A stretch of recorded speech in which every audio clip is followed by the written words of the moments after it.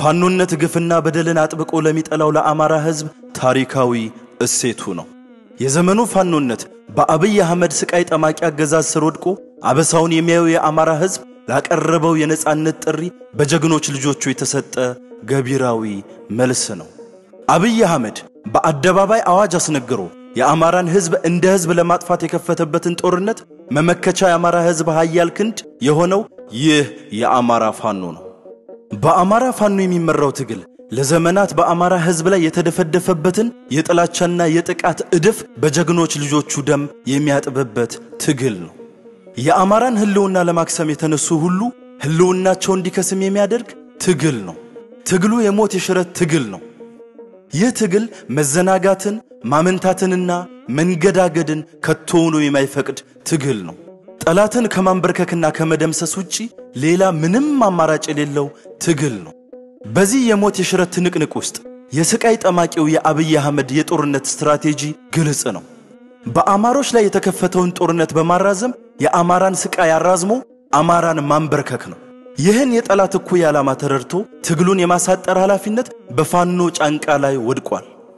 ታዲያ ፋኖች ይህን ታሪካዊ ግዴታ መወጣት የሚችሉት የሰው ኃይላቸውን፣ መሳሪያቸውን፣ ህዝባዊ ድጋፋቸውን፣ ፖለቲካዊና ወታደራዊ ዕውቀታቸውን፣ ወኔያቸውን በአንድ ላይ አጣምረውና አቀናጅተው ሲታገሉ ብቻ ነው። ባለንበት ወቅት የአማራን ህዝብ ለድል የሚያበቃና የህልውና ስጋቱንም በአስተማማኝ ሁኔታ እንዲቀለበስ የሚያደርገው አንድ ኃያል መሳሪያ ቢኖር የፋኖ አንድነት ብቻ ነው። ሁላችሁም የፋኖ አመራሮች ይህንን ሐቅ መገንዘብ ይኖርባችኋል። ልዩነቶቻችሁን አባቶቻችሁ በክፉ ቀን ሲያደርጉት እንደኖሩት ከኔ ያንተ ይብስ በማለት መፍታት ይኖርባችኋል። ይህን በማድረግ ብቻ ነው የአባቶቻችን ልጆች ነን የሚለውን የዘወትር አባባላችሁን እውን ማድረግ የምትችሉት። የአማራን ህዝብ ትንሣኤ ለህዝባችሁ ማብሰር የምትችሉት። ይህ የአማራ ህዝብና የአማራ ወዳጆች የወቅቱ ጥሪ ነው። ውድቀት የአማራን ህዝብና ፋኖን በመከፋፈል ለተጠመዱ የአማራ ህዝብ ጠላቶች በሙሉ፣ ድል የአማራ ፋኖ የጋራ ፖለቲካዊና ወታደራዊ አንድነት ለመፍጠር ከልባቸው ለሚተጉ የህዝብ ልጆች፣ ድል ለአማራ ህዝብ። ሰላም ጤና ይስጥልኝ ተመልካቾቻችን፣ እንደምን ዋላችሁ እንደምን አመሻችሁ። ከአንከር ሚዲያ ዝግጅት ክፍል ያክብሮ ሰላምታችንን እናቀርባለን። የብራቃቱ ግድያ እያነጋገረ ይገኛል። የተለያዩ የመረጃ ምንጮች እንዳረጋገጡት ከሆነ ቤት ለቤት በተካሄደ ግድያ ከ40 በላይ ሰላማዊ ዜጎች መገደላቸው ታውቋል። ግድያውን አስመልክቶ የወጡ ዘገባዎች እንደሚያመለክቱት የመከላከያ ሰራዊትና የአድማ በታኝ የመንግስት ኃይሎች እርስ በራሳቸው በመጋጨታቸው በዚህም ከፍተኛ ጉዳት በሁለቱም ወገኖች መድረሱን ተከትሎ ነው የመከላከያ ሰራዊቱ በበቀል የከተማው ህዝብ ላይ ጥቃት የከፈተው። በዚህም እድሜ ጾታ ሳይለይ በርካታ ሰዎችን ገድሏል። 5 ህፃናት ከተገደሉት መሃል እንደሚገኙበት ነው መረጃው የሚያመለክተው። በየሟቾቹ ቁጥር እየጨመረ ይገኛል። ቆስለው ወደ ተለያዩ የህክምና ማዕከላት የተወሰዱ የብራቃት ነዋሪዎች በአሁኑ ሰዓት ህይወታቸው ያለፈ ሲሆን የሟቾቹ ቁጥር ይጨምራል ተብሎ ነው በስጋት እየተገለጸ የሚገኘው። የአብይ አህመድ አገዛዝ በጎንደርም እንደዚሁ በድሮን ጥቃት ከፍተኛ ቁጥር ያለው ሰላማዊ ዜጎችን መግደሉም እየተነገረ ነው። በዘመቻ አንድነት ኪሳራ እየደረሰበት የአብይ አህመድ አገዛዝ በበቀል ሰላማዊ ዜጎችን በመግደል ላይ መሆኑ ነው የተመለከተው። አብይ አህመድ 7 ዓመቱን በትላንትናው ዕለት ደፍኗል። በትላንትናው ዕለት ነው አብዛኞቹ ግድያዎች በአማራ ክልል የተፈጸሙት። 7ኛው ዓመትንም ዛሬ እናስታውሳለን። የተለያዩ ርዕሰ ጉዳዮችን ይዘን ወደ እናንተ የመጣንበትን የዛሬውን የአንከር የመረጃ ክፍለ ጊዜ እንድትከታተሉ የምንጋብዘው ነው መሳይ መኮንን እንደዚሁም ገለታው ዘለቀ በጋራ በመሆን ነው። አብራችሁ ነው።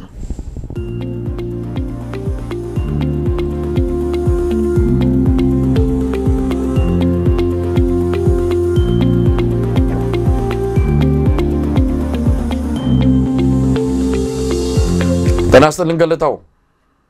እንደምን አመሸ መሳይ፣ እንዴት ነህ? እንዴት አመሸ ገለታው። እንግዲህ ቀደም ሲል የዘረዘርኳቸው ሌሎች በርካታ መረጃዎች አሉ። እነሱን ይዘን ነው ወደ ተመልካቾች እየመጣ ነው። ከቀደም ሲል ካቀረብኳቸው መረጃዎች ባሻገር በቅርቡ በከፍተኛ ቁጥር የአማራ ክልል መስለኔው አስተዳደር ያስመረቃቸው በብዙ ሺህ የሚቆጠሩ አድማ በታኝ ፖሊሶች ወይም ደግሞ አሁን ለጦርነት የተዘጋጁ የመንግስት ኃይሎች መኖራቸው ይታወቃል። ከነዛ ውስጥ በየቀኑ እየከዱ ከነመሳሪያቸው ፋኖን እየተቀላቀሉ ነው። በዛሬው ዕለት ብቻ ወደ 52 የሚጠጉ የአድማ በታኝ አባላት ፋኖን መቀላቀላቸውን ያገኘነው መረጃ ያመለክታል። እንግዲህ ይሄ ሂደት በየቀኑ የሚቀጥል መሆኑ ነው የተመለከተው። የአማራ ክልልን በሶስት ዞኖች ከፍሏል የአብይ አህመድ አገዛዝ። የመጀመሪያው በጣም ደማቅ ቀይ ያለበት ሲሆን ይሄም በፋኖች ሙሉ በሙሉ በቁጥጥር ስር ያሉ አካባቢዎች በሚል የተከለሉ ሲሆን ሁለተኛው በቢጫ የተከለሉ ናቸው። እነዚህ ደግሞ ፋኖቹ ወጣ ገባ የሚሉባቸው አካባቢዎች መንግስትም በከፊል የፋኖ ኃይሎችን በከፊል ተቆጣጥረው የሚገኙባቸው አካባቢዎች ሆኑ። አረንጓዴዎቹ ደግሞ በመንግስት ኃይል የተያዙ አካባቢዎች መሆናቸውን ነው ለማወቅ የተቻለው። በዚህ መሰረት በቅርቡ የሰለጠኑት የአድማ በታኝ ኃይሎች ወደ ቀዩ ወደ ተከለሉት አካባቢዎች በመሄድ ፋኖን እንዲፋለሙ ነው በአገዛዙ በኩል እንግዲህ ቅድ የተያዘው። ይህንን ቅድ የሚሰራ አይመስልም። ከወዲሁ ጦርነቱ ሳይጀመር አብዛኛው የአድማ በታኝ ኃይል ውሳኔ ላይ ደረሰ ነው የሚመስለው። ለማንኛውም በሂደት የምናየው ይሆናል። ገለታው እንግዲህ ወደ ብራቃቱ ጉዳይ ላስቀድም። የብራቃቱን መረጃ በትላንትናው ዕለት ካቀረብን በኋላ ዛሬ ይበልጥ ሌሎች የመረጃ ምንጮች ዘገባ በመስራት ጉዳዩን አሁንም ያነሱት ይገኛሉ። 40 ሰዎች መገደላቸውን በተመለከተ አዲስ ስታንዳርድ የተሰኘ እንዲሁ ሚዲያ ሰፊ ዘገባ አውጥቷል። በከተማው ያሉ ነዋሪዎችን በማነጋገር ነው ዘገባውን የሰራው። እንደምታውቁው ይሄ አዲስ ስታንዳርድ የተሰኘው ጋዜጣ ብዙ ጊዜ የአማራውን ህዝብ የሚያደርገውን ትግል በጥርጣሬ የሚመለከት በአብዛኛው አሉታዊ በሆነ መልኩ መረጃዎችን በመሰብሰብ ፋኖን የሚያጥላሉ አጀንዳዎችን የሚያነሳ ሚዲያ ነው። አሁን ግን በብራቃት ያለውን ጉዳይ በተመለከተ ትኩረት ሰጥቶ የሰራው ዘገባ ነው ማለት እንችላለን። ብዙ ሰዎችን ያነጋገረ እንደሆነ ነው በዘገባው የተመለከተው። እንደተባለው ከሆነ በአድማ በታኝና በመከላከያ ሰራዊት መሃል የተደረገውን ውጊያ ተከትሎ ነው በየቤቱ እየሄዱ ሰላማዊ ዜጎችን የገደሉት። ገለታው በዚህ ጉዳይ ላይ ዓለም አቀፉ ማህበረሰብ ዝም ብሏል። ትልቅ ጉዳይ ነው ይሄ ጉዳይ። ሌላ አካባቢ ቢሆን ኖሮ እኔ የዓለም አቀፍ ተቋማት የሰብአዊ መብት ድርጅቶች እና አሜሪካ ጭምር ሳይቀሩ ጉዳዩ አሳስቦናል ወይም በዚህ ደረጃ ይጣራ የሚሉ መግለጫዎችን ያወጡት ነበር። 40 ሰዎች ነው የሞቱት። ከነዚህ ውስጥ 5 ህፃናት ናቸው። ይሄ ዜና በጣም ልብ ሰባሪ ነው በእውነት። ከመራዊ ያዘን ሳንወጣ መራዊ ያ ሁሉ ሰው ተጨፍጭፎ በእውነት አማሮች ከውስጣቸው ሳይወጣ አጣየ ስንት ጊዜ ተቃጥላ አዘኑ የአማራ ህዝብ አዘኑ ሳይወጣለት በከሚሴ በደራ በየቦታው መሳይ ተቆጥሮ ማያልቀቆ ነው። በየጊዜው ደራሽ ስለበዛ ደራሽ ጉዳይ ስለበዛ ያንን ደራሽ አንጠልጥለን ይዘን ያኛውን እየረሳነው ነው እንጂ እኮ አቀጣጥለን ካየነው ከባድ የዘር ፍጅት አማራ እየተፈጸመበት ያለው ከክልሉ ውጭ ብቻ አይደለም። በተለይ አሁን በክልሉ ውስጥ ከፍተኛ ሁኔታ በብዙ ዘዴዎችን ጭምር በቀጥታ በጦርነትን ብቻም ሳይሆን መድኃኒት ወደዛ አካባቢም እንዳይገባ ማዳበሪያ ወደዛ እንዳይገባ ሌሎች አሻጥሮችን መንግስታዊ መዋቅሩን እየተጠቀሙ አሻጥር እየተጠቀሙ በዛ ህዝብ ላይ ከባድ በደል እየተፈጸመ ነው ያለው። ብዙ እያተዘገበ ስላልሆነ ነው መሳይ እና የዚህ ብራቃቱም በጣም በእውነት የሚዘገንን የሚያሳዝን ነገር ነው። እንዳልከው ኢንተርናሽናል ኮሚኒቲው የዓለም አቀፍ ኮሚኒቲው ትኩረት አልሰጠው። አንዱም ከኛም ነው እኛም አካባቢ በተለይ የውጭ ሀገር ያለው ወገን ዜና ብቻ ነው የሚያየው መከታተል ብቻ ነው እንጂ ሲደክም ብዙ አታይም መሳይ። ኮንታክት ሲያደርግ የዓለም አቀፍ ዜናዎችን ሲያገኛቸው ውጭ ሀገርም እንኳን ባሉ ሰልፎች ላይ የዓለም አቀፍ ሚዲያዎችን እንኳን ብዙ ሲጠሩ አታይም። ወገኖቻችን ራሳቸው ይሰበሰባሉ። ተሰብስበው ወደ ደብዳቤ ነገር ለስቴት ዲፓርትመንት ለምን አቅርበው ይሄዳሉ። ዋናው በጣም አስፈላጊው ነገር ዓለም አቀፍ ሚዲያ ከቨሬጅ እንዲያገኝ ማድረግ። እንደው ገለታው አንዴ ላቋርጥና ተመልስ ሐሳብን ካልጨረስክ እድሉን ሰጣለሁ። መስመር ላይ ከብራቃቱ ጭፍጨፋ ጋር በተያያዘ ወንድማቸውን በዚሁ ግድያ ያጡ አንድ የዚህ ዋሽንግተን ዲሲ አካባቢው ነዋሪን መስመር ላይ ስላገኘው ነው። ሀዘን ላይ ቢሆኑም እንደው ሀዘናቸውን ለመካፈል በሚል ነው ስልክ ደውዬ ያገኘዋቸው። ጤና ይስጥልኝ። ጤና ይስጥልኝ መሳይ በጣም አመሰግናለሁ በመጀመሪያ ይሄንን እድል በመስጠት በጣም አመሰግናለሁ እንግዲህ ጥሩ ጊዜ አልደወልኩም ከብራቃቱ ግድያ በመንግስት ኃይሎች ከተገደሉት የብራቃት ነዋሪዎች አንዱ የርሶ ታላቅ ወንድም እንደሆኑ ነው የሰማሁትና ሀዘን ላይ ነው ያሉት በቅድሚያ ለወንድሞ ሞት የተሰማሁትን ሀዘን እንጋራለን መጽናናትንም እንመኛለን እስቲ ንገሩን ምንድነው የሆነው በመጀመሪያ ላስተካክለው ታናሽ ወንድሜ ነው ታላቅ አይደለም ታናሽ ወንድሜ ነው በቃ ወንድሜ የሚኖረው ከሰል ያከሰለ በማከፋፈል ነው የሚኖረው የነበረው እና በዛን ባለፈው በተደረገው አድማ በታኝና የመከላከያ ተጣልተው ነው የተባለው እንግዲህ እስካሁን ደስ ብሪፍ አልተደረገም ግን እነሱ በተጣልተው መከላከያ ራሳቸውን ለማዳን ወደ ካምፓቸው ሲሄዱ በካምፓቸው የሚያገኙትን ሰው በሙሉ በቤትም እየገቡ በመንገድ ለሚያገኙትን ነበር የሚገሉ የነበሩት እና የመጀመሪያው ጥይት ያረፈበት ከወንድሜ ላይ ነው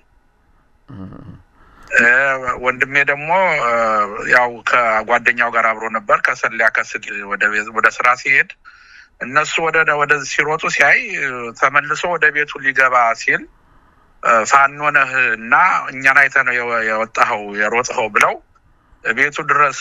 ይሄዱና እኔ ፋኖ አይደለሁም ብሎ ሲላቸው አይ ፋኖ የት እንዳለ ታውቃለህ እኔ የት እንዳሉም አላውቅም እኔ ስራዬን ነው የምሰራ ሲላቸው አይ ፋኖ ነህ ብለው በደበደቡትና ከደበደቡት በኋላ ተታውት ሞቷል ብለው ተታው ሲሄዱ ሌሎች ደግሞ ከኋላ የሚመጡ የመከላከያ ያዙ ደግሞ እነሱ ደግሞ በጥይት ጭንቅላቱንም በታጠሱት እሱንም የሆነው ደግሞ ከ7 አመት ልጁ ፊት ነው ይሄን ያደረጉት ምን አይነት ከእንስሳ ያነሰ በማህበረሰብ እንደተፈጠረ እኔ የመጀመሪያ ጊዜ ነው እንግዲህ እንስሳ እንኳን አያደርግም እንደዚህ ከ7 አመት ልጁ ፊት ላይ በጥይት በታጠሱት እሱንና ጓደኛውን በጥይት በታጠሱት ይሄዱት እና ይሄ ነው የሆነው ነገር ከዛ በኋላ እሱን ከገደሉ በኋላ በሚቀጥለው የሚያገኙትን በሙሉ በየቤቱ እየገቡ ወጣት ሽማግሌ ሴት የህፃን የለ ሁሉን ነው የገደሉና እንግዲህ እስካሁን እናንተ ቨሪፋይ አደረጋችሁና አላውቅም እንጂ እስካሁን ወደ 60 ገብቷል የሞተው ሰው በዛ አካባቢ እና ይሄ ነው የሆነው እንግዲህ በልጃቸው ፊት ነው የተገደሉት ብለዋልና እንደው እስቲ ሁኔታውን ይንገሩን ምናልባት ይሄን እንደሚሰማ የሥርዓቱ ደጋፊ የብልጽግና ደጋፊ ብዙዎች የሚሉት ነገር አለ ዛ አካባቢ የተገደሉት ጽንፈኞች ናቸው ማለትም ያው ፋኖ የሚሉት ነውና እንደው እየሰሙ ነው የርሶ ወንድም ታናሽ ወንድም ነው ከፋኖ ጋር ምንም ግንኙነት የሌላቸው እንደሆነ ነው የገለጹልና ግን እየገለጹ ያሉት አሁንም በተለያዩ የመንግስት ደጋፊ ሚዲያዎችም የምንሰማው ግን ጽንፈኞች ናቸው የተመቱት የሚል ነው ምን ይሰማውታል እንዲህ ሲባል ምን የተለመደ ፖለቲካ ነው እኮ እነሱ በምን ደጋፊዎችም ሆነ ጆራቸውንም አይናቸውንም ጭንቅላታቸውንም የደፈኑ ናቸው አብይ ደጋፊዎች እኮ እንግዲህ 7 አመት ሆነ ነው እኮ ደፈን እኮ 7 አመት ጆራቸውን ከደፈኑ ይሄ እኮ ነገሩ እኮ መሳይ አሁን እኮ ወደ አኒማሊዝም እኮ እየተቀየርን ነው እኮ ጠቅላላ አሁን የሱ የአብይ ደጋፊዎች እኔ አኒማል ነው የምላቸው እነዚህ ምንም የስብዕና እንኳን የላቸውም የሰው ስብዕና ሰው በመሞት እንኳን ፋኖስ ቢሆን ሰው ነው እኮ ፋኖ ቢሞት ሰው አይደለም እንዴ እኔ የምነግርህ 100% የምነግርህ ነገር ወንድሜ ፋኖ የሚባል ማያውቅም የፋኖ ደጋፊም አይደለም ምንም ነገር ንክክ የለው የምነግርህ 60ዎቹም የሞቱትም በዚህ ምክንያት በዚህ ምንም ከፋኖ ጋር የሚገናኝ ነገር የላቸውም ምንም ነገር እና ይሄን እንደሚሉት የአብይ ደጋፊዎች 7 አመታችን ነው ይሄን ከሰማን እኮ 7 አመታችን እነዚህ ጭንቅላትም የላቸውም የሰው ልቦናም እንኳን ሃይማኖትም የላቸውም ይሄን አብይን የሚደግፉ በአሁኑ ሰዓት እውነት ስለተናደሩ ስላዘንሁ አይደለም ይሄ ምነግርህ መሳይ እንዴት የሰው ልጅ እንግዲህ እንዴት ነው ህፃን የሚገደልበት እንደው ለዛ እንኳን እንዴት አያዝኑም ለዛ ለህፃን ለሽማግሌ ለሴቶች እንዴት አይዙ ሰምታችሁ ከሆነ እኮ 8 ሰዎችን ከወንድሜን ከገደሉ በኋላ 8 ሴቶችን እኮ ነው ሴትና ወንዶችን ወፍጮ ቤት እኮ ገብተው እኮ አሰልፈው ነው የገደሏቸው። እና ይሄንን አብይን የሚደግፉ እንግዲህ ኢትዮጵያ ህዝብም እንደው በጣም እኔ እንጃ አሁን ባሁን እኮ በሰላቢ ብቻ ዝም ብለን እንደምናወራ አሁን እኮ ጦርነት አይደለም እኮ መሳይ ያለው ነገር ምንም ጦርነት ተቀይሯል እኮ አሁን እኮ አማራን ለማጥፋት ቢቻል ለማጥፋት ካለዛ ለመቀነስ ተዘጋጅተው ነው የመጡት እኮ እነሱ። ጦርነቱ ቀርቷል እኮ ፋኖ እኮ እዛ እኮ አልነበረም እኮ ፋኖ በዛን ሰዓት እዛ እኮ አልነበረም እኮ በምንም ታምር አልነበረም። አሁን የዘር ማጥፋት ዘመቻ ነው። ጦርነቱ ቀርቷል። የተነገራቸው ነገር አማራ መቀነስ ከተቻለ ማጥፋት ካለዛ መቀነስ አለብን ብለው ተነግሯቸዋል። ያንን ነው የሚያደርጉት። አሁን ጦርነት የለም ጭራሹን። ምናልባት አሁን ወንድሞ ምናልባት ባለቤት ሌሎች ልጆች ሳሉ በምን ሁኔታ ላይ ናቸው? እንግዲህ አባት ነው ከቤት የጠፋው አባት ነው ከቤት የተለየውና ምን ላይ ናቸው ያሉት ወንድሞ ቤተሰቦች? 4 ልጆች አሉት። እንግዲህ ከአራቱ 2 ሌላ ቦታ ነው ያሉት። አንደኛው ከእናቱ ጋር ጸበል ቦታ ከሄደበት ነው ተጠርተው የመጡት። አንዱ ደግሞ ከሱ ጋር ከልጁ ጋር ነው የነበረው። ከፊቱ ላይ ነው 7 አመት ልጁ ፊቱ ላይ እንደዛ ሲገሉበት እየሮጠ ደንግጦ እናቱ ቤተሰቦች ነበሩ ወደ አያቶቹ ነው ሄዶ የተናገረው። እሱ ነው ሄዶ ተናግሮ እነሱ ሲመጡ ራሱ ሲገሉት እንኳን እንዳይታይ ተብሎ ጭቅላቱን በተለያየ ነው እንዳይታወቅ ሰው እንዳያውቅ አይደንቲፋይ እንዳያደርገው ተደርጎ ነው የተገደለው። እና መሳይ እናንተ ትንሽ ዲፕሎማሲ ስለሆናችሁ ታንቆለባበሱታላችሁ ይሄን መንግስት። ጦርነት አይደለም መሳይ እኔ ልንገርህ ጦርነት አይደለም። ይሄ ዘር ማጥፋት ዘመቻ ነው በቃ የሚካሄደው። ጦርነቱ የለም። ፋኖ ጋር እኮ ጦርነት ተተዋል እኮ አሁን እኮ እነሱ እንግዲህ አሁን ብራቃት ሀዘን መጥቷታል። እርሶ አሁን እንደሚሉን ቁጥሩ 60 ደርሷል ነው። ምናልባት በጥይት የተመቱ ቆስለው ወደ ማከላት ወደ ሕክምና ማከላት የተወሰዱትም እንግዲህ በምን ሁኔታ ላይ እንደሚሆኑ የምንሰማ ይሆናል። አሁን ብራቃት በምን ሁኔታ ላይ ነው? ማህበረሰቡ ሀዘኑን እንዴት እያደረገው ነው? ብራቃት አሁን ትናንት አጋጣሚ ሆኖ እሱንም ልጁንም የሚያውቁት የኛም ብዙ አንዳንድ ሰዎች ፋኖ ስለነበሩ በቁጭት ትናንት ጦርነት ገብተው እንግዲህ ወደ ከ50 እስከ 100 የሚሆን እንትን ብለናል ደምን መልሰናል ብለው ነግረውኛል። ግን ገና ነው። በጣም ሰው ተበሳጭቷል። በጣም ተናዷል። የተናደዱት ደግሞ እኛ በለለንበት እኛን እንኳን ቢገጥሙን ጥሩ ነበር እኛ ከለለንበት እንዴት ይሁሉ እዚህ ይገላሉ ነው በቃ የተናደዱት። እና ሰው እንግዲህ የአብይ ስርዓት ምንድነው ሰውን አስፈራርተን በደርግ ጊዜ ያለው ነገር እንጠቀማለን ብለው ነው። ያ አይሰራም። አሁን የተበላ ነው እሱ ምንም ነገር አይሰራም። አሁን በጣም ተናዷል ህዝቡ። ለመውጣት አንድ ላይ ለመውጣት ቅስቀሳ ያስፈልገናል፣ መሪ ያስፈልገናል፣ ማን ይጀምረው እያሉ እየጠበቁ ነው። አሁን ያ ነው ብራቃት ላይ አሁን ያለው ነገር። ገና ጦርነቱ ገና ይቀጥላል። አሁን ከተማዋ በማን ቁጥጥር ስር ነው ያለችው? እንግዲህ መከላከያ እዛ አካባቢ ካምፕ ነበረው። ደግሞ እንደተባለውም የተጋጩት የመንግስት ኃይሎች ናቸው። እርስ በርስ ነው የተጋጩት። ማን ነው አሁን ከተማዋን በቁጥጥሩ ስር ያደረገው? መከላከያ አለ? ማንም ተቆጣጣሪ የለም። ማንም የለም እኮ በቃ አሉ መከላከያዎች አሁንም አሉ እየተጠባበቁ ነው። ትናንት ጦርነት እንደነገሩ ትናንት ጦርነት ነበር። አሁን ፋኖ ሪፊል እያደረጉ ነው እንትን እያሉ ነው። ተመልሰው ለመምጣት እያሰባሰቡ ነው።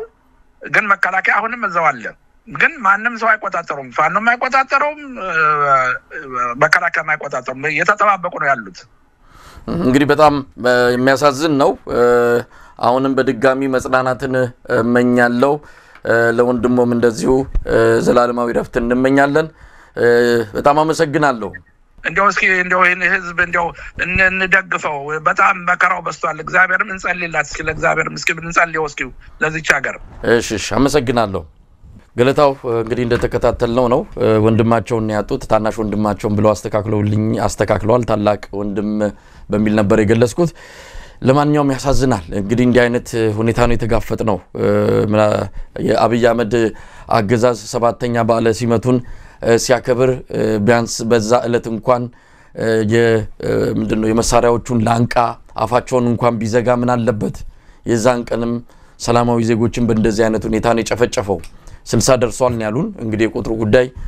የጨመረ ሊመጣ እንደሚችልም ቀደም ሲል ገልጸናል እንደው ምን ማለት ይቻላል ካቋረጥክበት መቀጠል ትችላለህ ወንድማችንን እንግዲህ ቤተሰባቸውን በአጠቃላይ መጽናናት ይስጥ ማለት ወዳለሁ እኔም እዛ አካባቢ ለተጎዱ ወገኖች ሁሉ መጽናናት እግዚአብሔር ከሰማይ ይስጣቸው ነው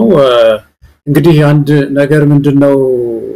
መረዳት ያለብን ነገር መሳይ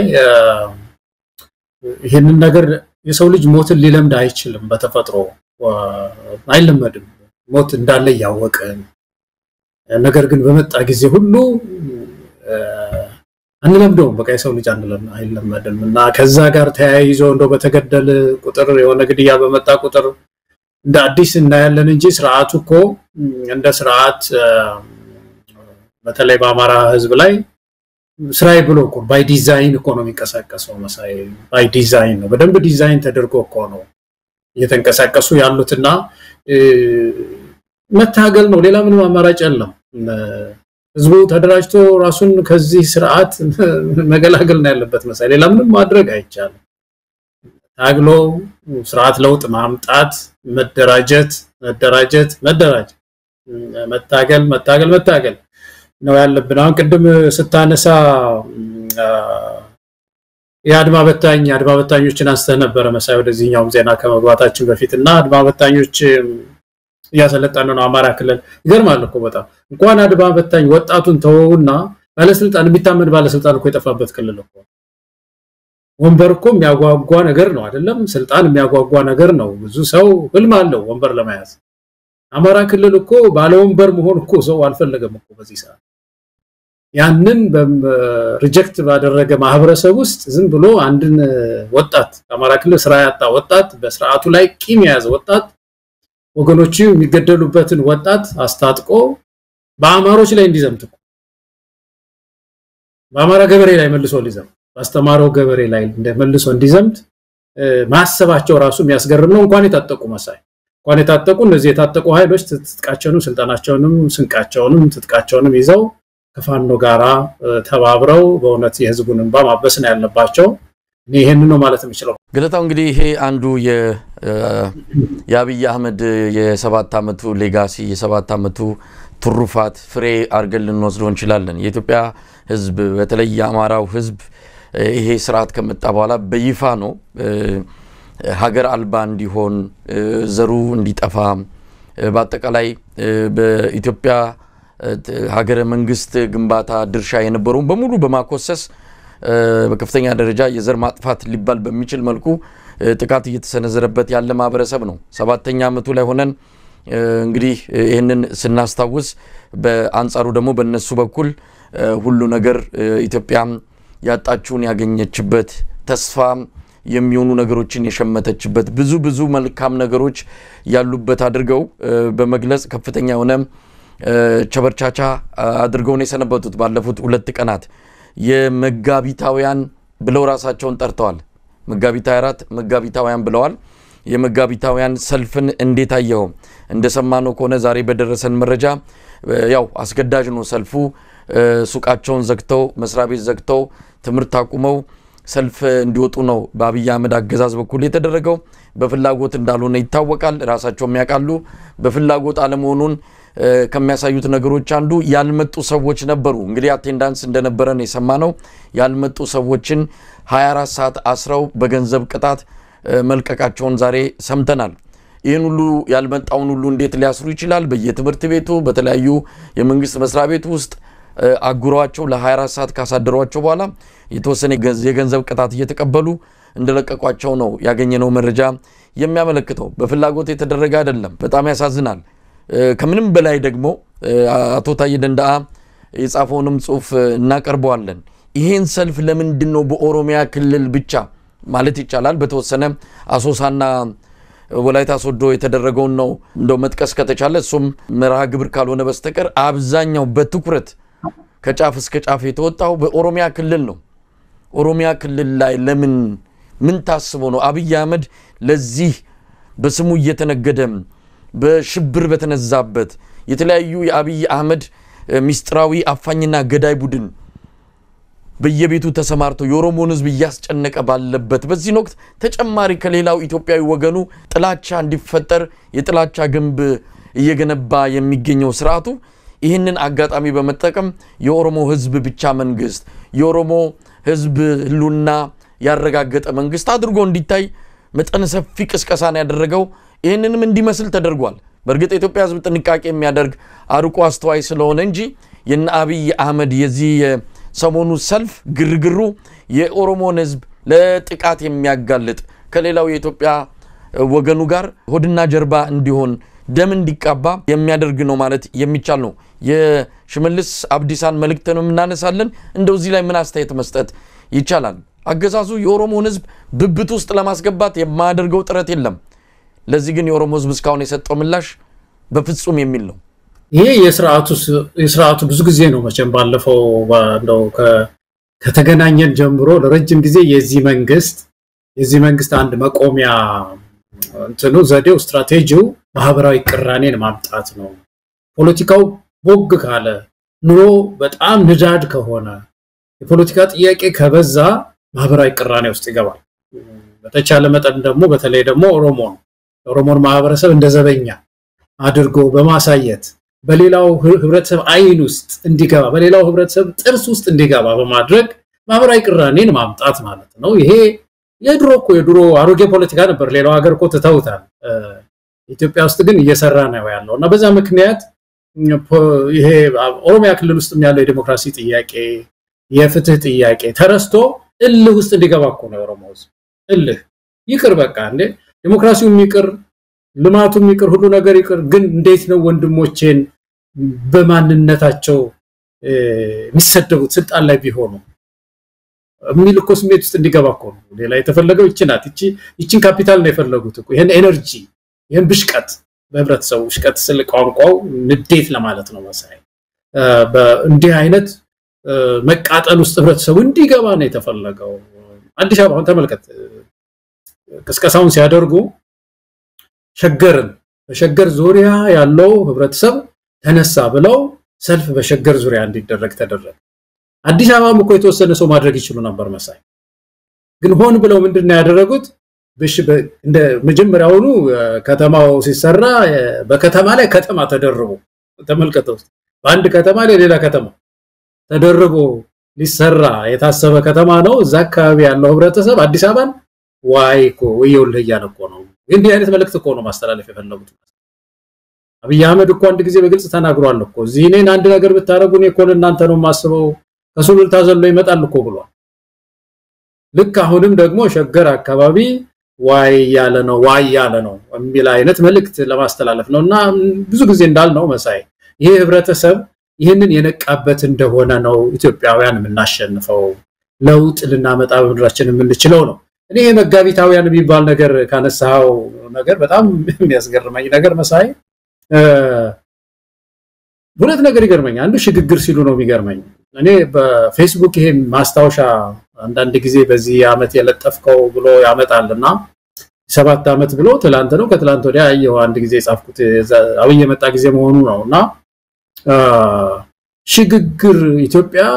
ለመጀመሪያ ጊዜ ሰላማዊ ስልጣን ሽግግር አደረገች ማን ከማን ነው ሽግግር ያደረገው ሽግግር የት ነው የተደረገው ኢትዮጵያ ውስጥ እንዴት ነው በጠራራ ፀሐይ የሚዋሹን ያየን ባይናችን እኮ ነው የሚያሞኙን መሳይ ኢህአዴግ ያመራር ለውጥ እኮ ነው ያደረገው በመቶ ድምጽ እኮ ነው አብይ አህመድ የተመረጠው ኢህአዴግ ተሰበሰበና ኃይለ ማርያም ደሳለኝ አልቻሉም እስረኛም ፈተው ሞክረዋል ለውጦችን ለማሳየት ሞክረዋል ነገር ግን ህብረተሰቡ ብዙ አልተቀበለም ስለዚህ ያመራር ለውጥ እናምጣ አለ አንዴ ናዝሬት ይሰበሰባል አንዳንድ ጊዜ አዲስ አበባ ይሰበሰባል ተሰበሰበ ተባለ አመራር ለውጥ አመጣ ከዛ በኋላ ኢትዮጵያ በታሪኳ አይታው ማታውቀው የስልጣን ሽግግር አደረገች የሚለው ነገር እንዴት ነው ኢትዮጵያውያን ይሄንን አንመዝንም ወይ ነው ሽግግር ኢትዮጵያ ውስጥ አልተካሄደም የለም የስልጣን ሽግግር መጋቢት 3 ምን መጣ ሌላ ፓርቲ መጥቶ ስልጣን ያዘ ምርጫ ተደርጎ ተቀናቃይ ፓርቲ ስልጣን ይዞ ነው እንደዚህ የስልጣን ሽግግር ተደርጎ ነው ይሄን ያህል መጋቢት ሊታሰብ የሚገባው ነው ወይስ በመጋቢት ውስጥ ኢህአዴግ አዲስ ሊቀመንበር ማምጣቱ ነው እንደዚህ ፌሽታ ሊያስረግጥ የሚችለው ምን ሽግግር በለውጥስ ደረጃ ምን ለውጥ ታየ ነው ስለዚህ በአጠቃላይ በኢትዮጵያ ውስጥ እንዲሽግግር ተደርጎ ነበር ለውጥ መጣ የሚለው ነገር ኢትዮጵያውያን መመርመር መቻል አለብን እነሱ የሚያራግቡትን ነገር እንደው አንዳንድ የዋህ ሰው ማለት ነው ብዙ ሰው ሰልችቶ አንቅሮ እንደተፋው አውቃለሁ ግን አንዳንድ የዋሆች ለውጡን ሲሉ ስለሚገርመኝ ነው ይሄን ያነሳሁት መሳይ ሽግግር ኢትዮጵያ ውስጥ የስልጣን ለውጥም አልታየም ያመራር ለውጥ ኢህአዴግ አደረገ ከዛ በፊት ያደርግ ነበር መለስ ዜናዊ ማናቸው አቶ ታምራት ላይኔ እሳቸውም ለቀው ሌላ ጠቅላይ ሚኒስትር መጥቷል ያመራር ለውጥ ሲያደርግ ነው የቆየው ከዛ ውጪ ግን ከውጪ የመጣ ተቃዋሚ ፓርቲም ኖሮ በሀገሪቱ ውስጥ የስልጣን ሽግግር አልተደረገምና እንደዚህ ያደረጉ ብቻ ድንጋዩን ዳቦ ነው ይያሉን ነው የቆዩት መሳይ ምናልባት የዚህ መጋቢታውያን ራሳቸው መጋቢታውያን ብለው የጠሩ ነው ለገሰት ሁሉ የኮሙኒኬሽን ቢሮ ኃላፊውም እንደዚሁ የመጋቢት ፍሬ ያለ ነው አንድ ቃል መጠይቅ ላይ ሰማውትና መጋቢት የሚለው ቃል ልክ የካቲት እንደሚባለው ግንቦትም ሁለት ለውጦች አሉ በግንቦትም የተለያዩ ፖለቲካ ክስተቶች ስላሉ ግንቦትም እንደዚሁ ከኢትዮጵያ የፖለቲካ ታሪክ ጋር የሚነሳ ወር ነው ከዛ የካቲት ነው አሁን ደግሞ መጋቢት እንዲነሳ በብልጽግና የተፈለገ ይመስላል እኛ መጋቢታውያን ይያሉ ነው የሚገልጹት ለማንኛውም ቀደም ሲል ያነሳነው በጣም አደገኛ አካሄድ ስላለ ነው የአብይ አህመድ አካሄድ የኦሮሞን ህዝብ ይሄ መንግስት የኦሮሞ መንግስት ነው ለውጡ በኢትዮጵያ ደረጃ መጣ ይያሉ የኢትዮጵያው ጠቅላይ ሚኒስትር ነው የኢትዮጵያ መንግስት ነው ብልጽግናም ይያሉ ግን በኦሮሚያ ደረጃ ይሄንን ባለፈው አመትም አድርገውታል አሁንም ደገሙት በኦሮሚያ ክልል ብቻ ማድረጋቸው በጣም አደገኛ ነው የኦሮሞ ህዝብ ሊነቃ ይገባል የኦሮሞ አክቲቪስቶች የኦሮሞ ሊቃን ነገ ከነገ ወዲያ ይሄ ሰው የደገሰው ነገር አለና ወጥተው በግልጽ መናገር አለባቸው እንደ ታየ ደንዳ አይነት እውነት ለመናገር በጣም እንደ አይነት ሰው ነው የሚያስፈልገው ወጥተው እውነቱን መጋፈጥ አለባቸው ይሄንን ሰልፍ ያቀናጀው ብልጽግና ነው የወጡት መፈክሮች በዛ አካባቢ የሚታዩትን በሙሉ ሰው ምንም የሚያውቀው ነገር የለም ስለዚህ ንግግር የሚያደርገው ንግግሩም የተዘጋጀው በብልጽግና በኩል ነው ይሄ አይነት መልእክት የተላለፈበት ነው እንስማው እስቲ ሰይርተን 4 ኪሎ ስርተን ደጋሙ ሰይርቱ 4 ኪሎ ሰይርተን 4 ኪሎ ይርተን ይምዲ ዋው አቺ ከይሳ ተንባለፍ ማልጎቹ ቀምና ኔገን ማልጎቹ ቀምና እንጂ ፈኖት ይፈቹ ቀምና ያቻ ገለታው በጣም አደገኛ ንግግር ነው በጣም አደገኛ ስሜትን የሚቀሰቅስና ህዝቡን ወደ ተለየ እርምጃ እንዲገባ የሚያደርግ ነው 4 ኪሎ ያለው ማን ነው እኛ ነን ነው የሚሉት 4 ኪሎ የት ነው ያለነው 4 ኪሎ ነን የት ነው ያለነው 4 ኪሎ ነን ነው እንጠብቀዋለን ነው እዛ ያለው መንግስቴኛ ነው በሌላ ነገሩን በደንብ ስታብራራው ታስታውሳለህ አብይ አህመድ ስልጣን በወጣ ወራት በኋላ አንድ ነገር መንግስታችን ይሆናል ብለው ከቡራዩ ከሰበታ እየመጡ ነበር የሚል ነገር ካነሳበት ጊዜ ጀምሮ ይሄንን ሰውዬ በጥንቃቄ መመልከት አለብን የሚሉ ሰዎች ስጋታቸው በየቀኑ እየጨመረ መጥቶ አሁን እዚህ ደረጃ ላይ ደርሰናል ይሄ በጣም አደገኛ ንግግር ነው ገለታው እስቲ ምንድነው የኦሮሞ ህዝብ ሊያደርግ የሚገባው ይሄ ሰውዬ እየነዳ ወዴት እየወሰደው ነው ያለው አጠቃላይ ማህበረሰብ በተለይ የኦሮሞ ህዝብን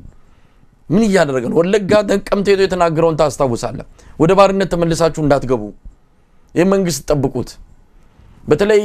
በአደባባይ ያልወጣ በየኮሪደሩ የሚናገረው ዝግቦኑ ስብሰባ ቤተሰባዊ በሆነ መልኩ በሚጠሩ መድረኮች ላይ የሚናገረው ለጆሮ የሚቀፍ ነው በጣም አደገኛ ንግግር ነው የሚናገረው የሰውየና እስቲ ይሄን ነገር እንዴት አየው በጣም ኃላፊነት የጎደላቸው ናቸው መቼም ይሄ ነው እንግዲህ ይሄ ቃል ብቻ ነው ሊገልጽ የሚችል የሚመስለኝ እኔ እጅግ ኃላፊነት የጎደላቸው ሰዎች ለጥቂት ጊዜ ለጥቂት ዘመን ስልጣን መቼም ዘላለም ሰው አይኖርም እንግዲህ ስንት ቀን ስልጣን ላይ እንደሚቆዩም ማናውቅም እኮ ለዛች ቀን ለተወሰነች ቀን ስልጣን ሲባል ብቻ ይሄን ህዝብ ማግደው ህዝቡን በሙሉ ማግደው ከሌላው አጋጭተውት ቅራኔ ውስጥ አስገብተውት እነሱ እንዲቆዩ ነው እኔ ኢትዮጵያውያን ሁላችንም ከህወሓት መማር ያለብን ይመስለኛል መሳይ ህወሓት እኔ በጣም ከሚያስገርመኝ የነበረው በፊት ጊዜ አንዳንድ የትግራይ ልጆች አልሰማሉን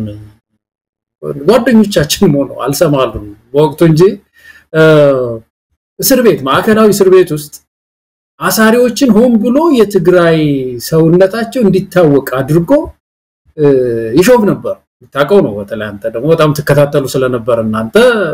ታውቁታላችሁ አማርኛ እንኳን በደንብ የማይችሉትን ፈልገው አምጥተው በትግራይነታቸው በደንብ እንዲታወቅ አድርገው ግቢውን እስር ቤቱን ማዕከላዊ በሙሉ በትግራይ ልጆች ሞሉታል ምን ማለት ነው ይሄ ምንድን ነበር የፈለጉት በዛው የትግራይን ህዝብ እኮ ስጋት ውስጥ መክተት ያስፈልጋቸዋል ዘበኛ ለማድረግ ስጋት ውስጥ ገራፊ ነበሩ የኛ ልጆች ሲያሰቃዩ ነበር የኛ ልጆች እንደ በቃ ችግር ውስጥ ገብተዋል ከዚህ በኋላ እንግዲህ ሌላው ህዝብ በቀን እኛ ላይ ሊነሳ ይችላል ስለዚህ የነብር ጅራት ጨብጠናል ወረፊት ብቻ ነው ምንም ማድረግ አንችልም ለብቻቸው የትግራይ ልጆች አንዳንድ የትግራይ ልጆች ማለት ነው ሁሉን አይደለም አንዳንድ የትግራይ ልጆች ለብቻቸው ሲሆኑ መለስን እየወቀሱ ከሌላው ጋር ሲሆኑ ግን መለስን ደግፈው ይቆማሉ እንዲህ አይነት ስሜት በውስጣቸው እንዲፈጠር አድርጎ መጨረሻ ላይ የመጣው ነገር ምናውቀው ነው በጣም አሳዛኝ ክስተት ነው የተፈጠረው መሳይ አካሄዱ ይሄ ሰው የሚካሄደው አብይ አህመድ የሚከተለው አካሄድ ይሄው ደሴም ነው እንደዚህ አንድ አይነት ተመሳሳይ ነው ስለዚህ ኦሮሞ ህዝብ አሁን በተለይ ለሂቃኑ የተማረው ክፍል ይሄንን ነገር ማጋለጥ ህብረተሰቡን ማንቃት እንዴ ከመቼውም ጊዜ በላይ እኮ የኦሮሞ ህዝብ አሁን መከራውን እያየቆ ነው ያለው መሳይ መከራውን እያየ ያለ ህዝብ ነው ብዙ ስቃይ ውስጥ ነው ያለው ወጣት መግባት አልቻለም ጉቦ አይነሳም አሉ ሲነግሩ የሚከፍለው ጉቦ በቃ ዋልጌ በሆኑ አስተዳዳሪዎች እየተቀጣቆ ነው እየተገረፈ ነው ያለው የዲሞክራሲው ምናምን ተው በጣም በሚያሳዝን ህይወት ውስጥ ያለ ህዝብ ነው ይሄን ህዝብ ተመችቶኛል አብይ አህመድ የኔ ነው በል ጊዜው የኔ ነው በል 4 ኪሎ ነው ያለው ትበል ማደሪያው ፈርሶ ኑሮ ተዛብቶ ጎጆ ፈርሶበት 4 ኪሎ ነው ያለው በል የተባለ ሰልፍ እንዲወጣ እየተደረገ ነው ያለው ስለዚህ ይሄ ህዝብ ነቅቶ ተቃውሞውን ነው ማሰማት ያለበት መሳይ የሥርዓቱን አጠቃላይ የመቆሚያው እንዴት ነው የሚቆመው ይሄ ሥርዓት የሚለውን ነገር ያጠኑ ወጣቶቹ በተለይ ንቁ መሆን አለባቸው ይሄንን የቆመበትን መሰረት መምታት ነው አሁን የዚህ ተቃራኒ ትግል ምንድነው ከሌላው ጋር የበለጠ ትብብር ማሳየትና በተባበረ ክንድ አብይ ላይ ተቃውሞ ማሰማት ያንን ማድረግ የቻልን እንደሆነ ነው ሥርዓቱን የናድ ነው መሄድ የምንችለው ማለት ገለታው እንግዲህ እንደን በመቃወም የሚያመጣውን አደጋን በመገንዘብ ከእንደነታየ ደንዳ ያሉ የኦሮሞ ፖለቲከኞች የሚጽፋቸውን ነገሮችም እየተከታተልን ነው በተወሰነ ደረጃ ሰው ጭልጥ ብሎ እንዳይገባ በተለይ በኦሮሞ ሊቃን በኦሮሞ አክቲቪስቶች ዘንድ ከአንድ ቦታ ብቻ የሚቀዳውን ፕሮፓጋንዳ እንዳይሰሙትም እንደነታየ ደንዳ አይነቶቹ እየወጡ የሚናገሩት የሚጽፉት ነገር በርግጥ የሚናገርበት መድረክ እድሉ አልተሰጠውም ግን በማብራዊ መድረኩ የሚጽፋቸው ነገሮች ትልቅ ሚና እንዳላቸው መገንዘብ ያስፈልጋል አሁን ይሄንን ማስመልክቶ የመጋቢት አከባበር ለምን በነጠላ በሚል ታየ ደንዳ የጻፈውን ብዙ ሰዎች እየተጋሩት ነው ያሉት በጣም ከፍተኛ የመወያያ አጀንዳ ሆኖም ነው የዋለው ታየ እንዲላል ከበርካታ አካባቢዎች ተጨባጭ መረጃዎች ተሰብስበዋል በከተሞች እስከ 6 ሰዓት ሱቁን የከፈተ የሚቀጣ መሆኑ ታውቋል ለማንኛውም የዛሬ 7 ዓመት በሁሉም ኢትዮጵያውያን እጅግ የተወደደው ለውጥ 7ኛ ዓመቱ ትላንት በኦሮሚያ በግዴታ ሰልፍ ሲደገፍ ውሏል የብልጽግና ደሴት ነዋሪዎች ከፊት ሆነው ሲጨፍሩ ህዝቡ እያለቀሰና እያዘነ ከኋላ አጅቧል መጠነኛ ሰልፍ በአሶሳና ወላይታ ሶዶ ከመታየቱ ባሻገር ትዕይንቱ በዋናነት በኦሮሚያ ተወስኗል አንድ ክልል ሀገራዊ የተባለውን አጀንዳ ብቻውን ለምን እንደወሰደ ያጠያይቃል ሀገራዊ ለውጡ መከበር ከነበረበት ያለ ልዩነት በሁሉም ዘንድ ቢሆን ይሻላል ያለበለዚያ ትርክቱ ነጠላ ይሆናል ወይስ የወል ትርክት ግንባታው ቆሟል መልስ ይፈልጋል ይሁንና 7ኛው ትላንት በብዙ ክልሎች ሳይታወስ ቀርቷል ሁሉም ዜጎች በጋራ የደገፉት ጉዳይ አድማሱ ጠቧል ከሁለት ምክንያቶች በአንዱ ወይም በድምር ሊሆን ይችላል አንደኛው ከለውጥ ወዲህ በኢትዮጵያ ውስጥ ተገዶ የሚሰለፍ ህዝብ ከኦሮሚያ ውጪ አለመኖሩን ያሳያል ኦሮሞ ማሳውን በኪሳራ ስንዴ ለመዝራትና ምርቱን ከገበያ ዋጋ በታች ለመሸጥ የሚገደድ ከመሆኑም በላይ ለብልጽግና ቀልድ በግድ ሲሰለፍ ከራርሟል ሁለተኛው ደግሞ ከመቼውም ጊዜ በላይ በመከራ የተዘፈቀውንና የሞተ ዘመዱን እንኳን ለመቅበር የተቸገረውን ኦሮሞ ልዩ የሥርዓቱ ተጠቃሚ ለማስመሰልና ከወንድሞቹ ጋር የማቃቃር ድራማ መሆኑ ይገመታል ፖለቲካ ቁማር መሆኑ በአደባባይ ከመነገሩና በተግባርም ከመፈጸሙ አንፃር ይህም ሚዛን ያነሳል ምን ይመስላችኋል አቶ ታዬ ለውይይት ይህንን ሐሳብ ካቀረቡ በኋላ ብዙዎች በሳቸው ማብራዊ መድረክ ላይ ሲወያዩ ነበር ገለታው በትክክል ገልጾታል ታየ ደንዳ ከዚህ በላይ ምንም ሊገልጸው የሚችል የለም በትክክል እንደዚህ ከያካባቢው የነቁ ሰዎች ሲታዩ መታየት ከቻሉ ለብረተሰቡ ማቅጣጫ ማሳየት ከቻሉ የህዝብም አታጋይ ያገኘ ማለት ነው መሳይ አሁን ትልቁ ነገር እኮ ምሁሩም ጸጥ ይላል ህብረተሰቡ መንግስት ምን አይነት ዘዴ እንደሚጠቀም አብይ አህመድ ምን አይነት ማብራዊ ቅራኔ ዘዴዎች እንደሚጠቀም ያወቀ ነገር ግን ያጋለጠው ከዚህ የተነሳ የተወሰኑ ሰዎችን እየሰበሰበ ማብራዊ ቅራኔ በህብረተሰቡ ስለመፍጠር ጥረት ያደረገ ነው እኔ በሌላ ቦታ ይሄንን ሰልፍ ማድረግ አቅቶት አይመስለኝም መሳይ የተወሰነ ቲሸርት አሰፍቶ አብሎ አበልሰቶ የተወሰኑ ሆይ ማሰኘት ይችላል የትም ቦታ ማድረግ ይችላል የተወሰኑ ቦታዎች አማራ ክልል ፋኖ ከያዘው ግጭ ማለት ነው አዲስ አበባም የተወሰኑ ቦታዎች ማንቀሳቀስ ግን አልፈለገውም መንግስት የፈለገው ኦሮሚያ ክልል ብቻ ነው ለምን አሁን ቀደም ያልነው እኮ ነው መሳይ የኦሮሞ ህዝብ ጥርስ ውስጥ ይገባ ዘንድ ፈልጓል መንግስት መሸሸጊያ ዋሻ እኮ ስለሚፈልግ እኮ በማንነቴ ነው የተጠቃሁት እኮ ነው ይያለ ያለው አብያው እኔ ባለኝ ካፓሲቲ አይደለም የሚቃወሙኝ አቅሚ አይደለም ልማትም ማስመዝገብ ያለሁኝ ከባለፉት መሪዎችም ያነስኩ አይደለሁም ነገር ግን አሁን ያለው ጥላቻ ከማንነት ጋር ተያዘ ነው ኦሮሞ ለምን ስልጣን ያዘ ነው ይያሉ ያሉት ሌሎች ያማሮች ተቃውሞ የፋኖ ትግል ያ ነው ከዚህ በፊት እኮ የዚህ ማናቸው የካልቸር የባህል ሚኒስትር የነበሩት እኮ ሰውየኮ ኦሮሞ ወደ ቤተ መንግስት ሲገባ አገር ነው የሚናወጣው አልኩ በቴሌቪዥን እኮ ነው ያሉት ይሄንን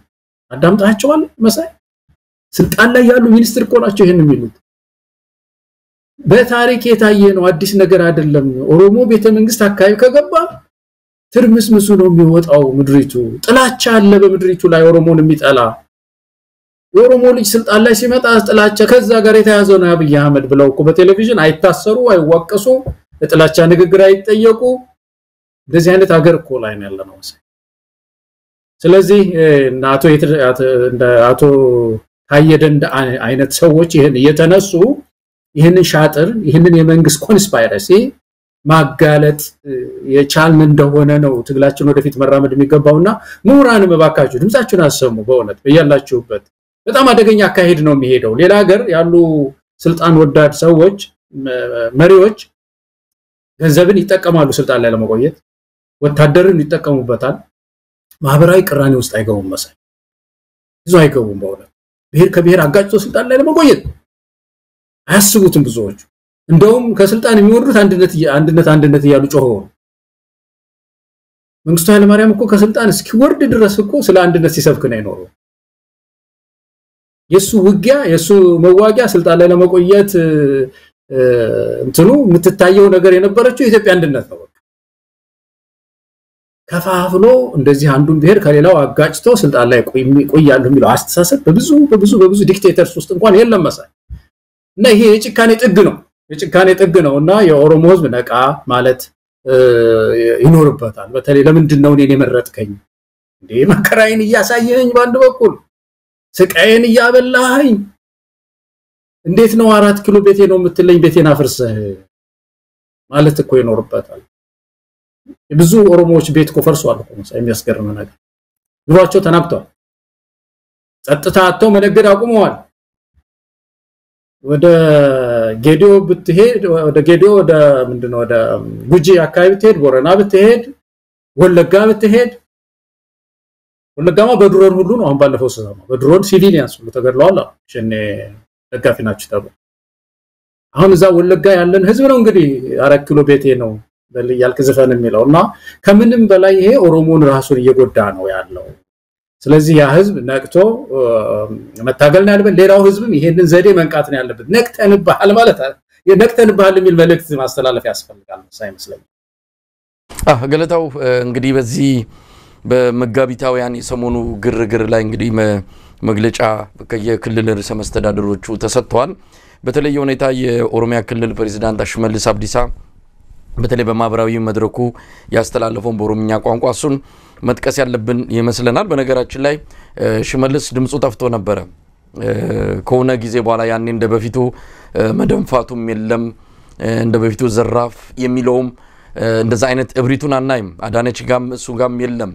ምናልባት የፋኖ አቅም እየተነከረ መምጣቱ እነዚህን ሰዎች በተወሰነ ደረጃ እንደው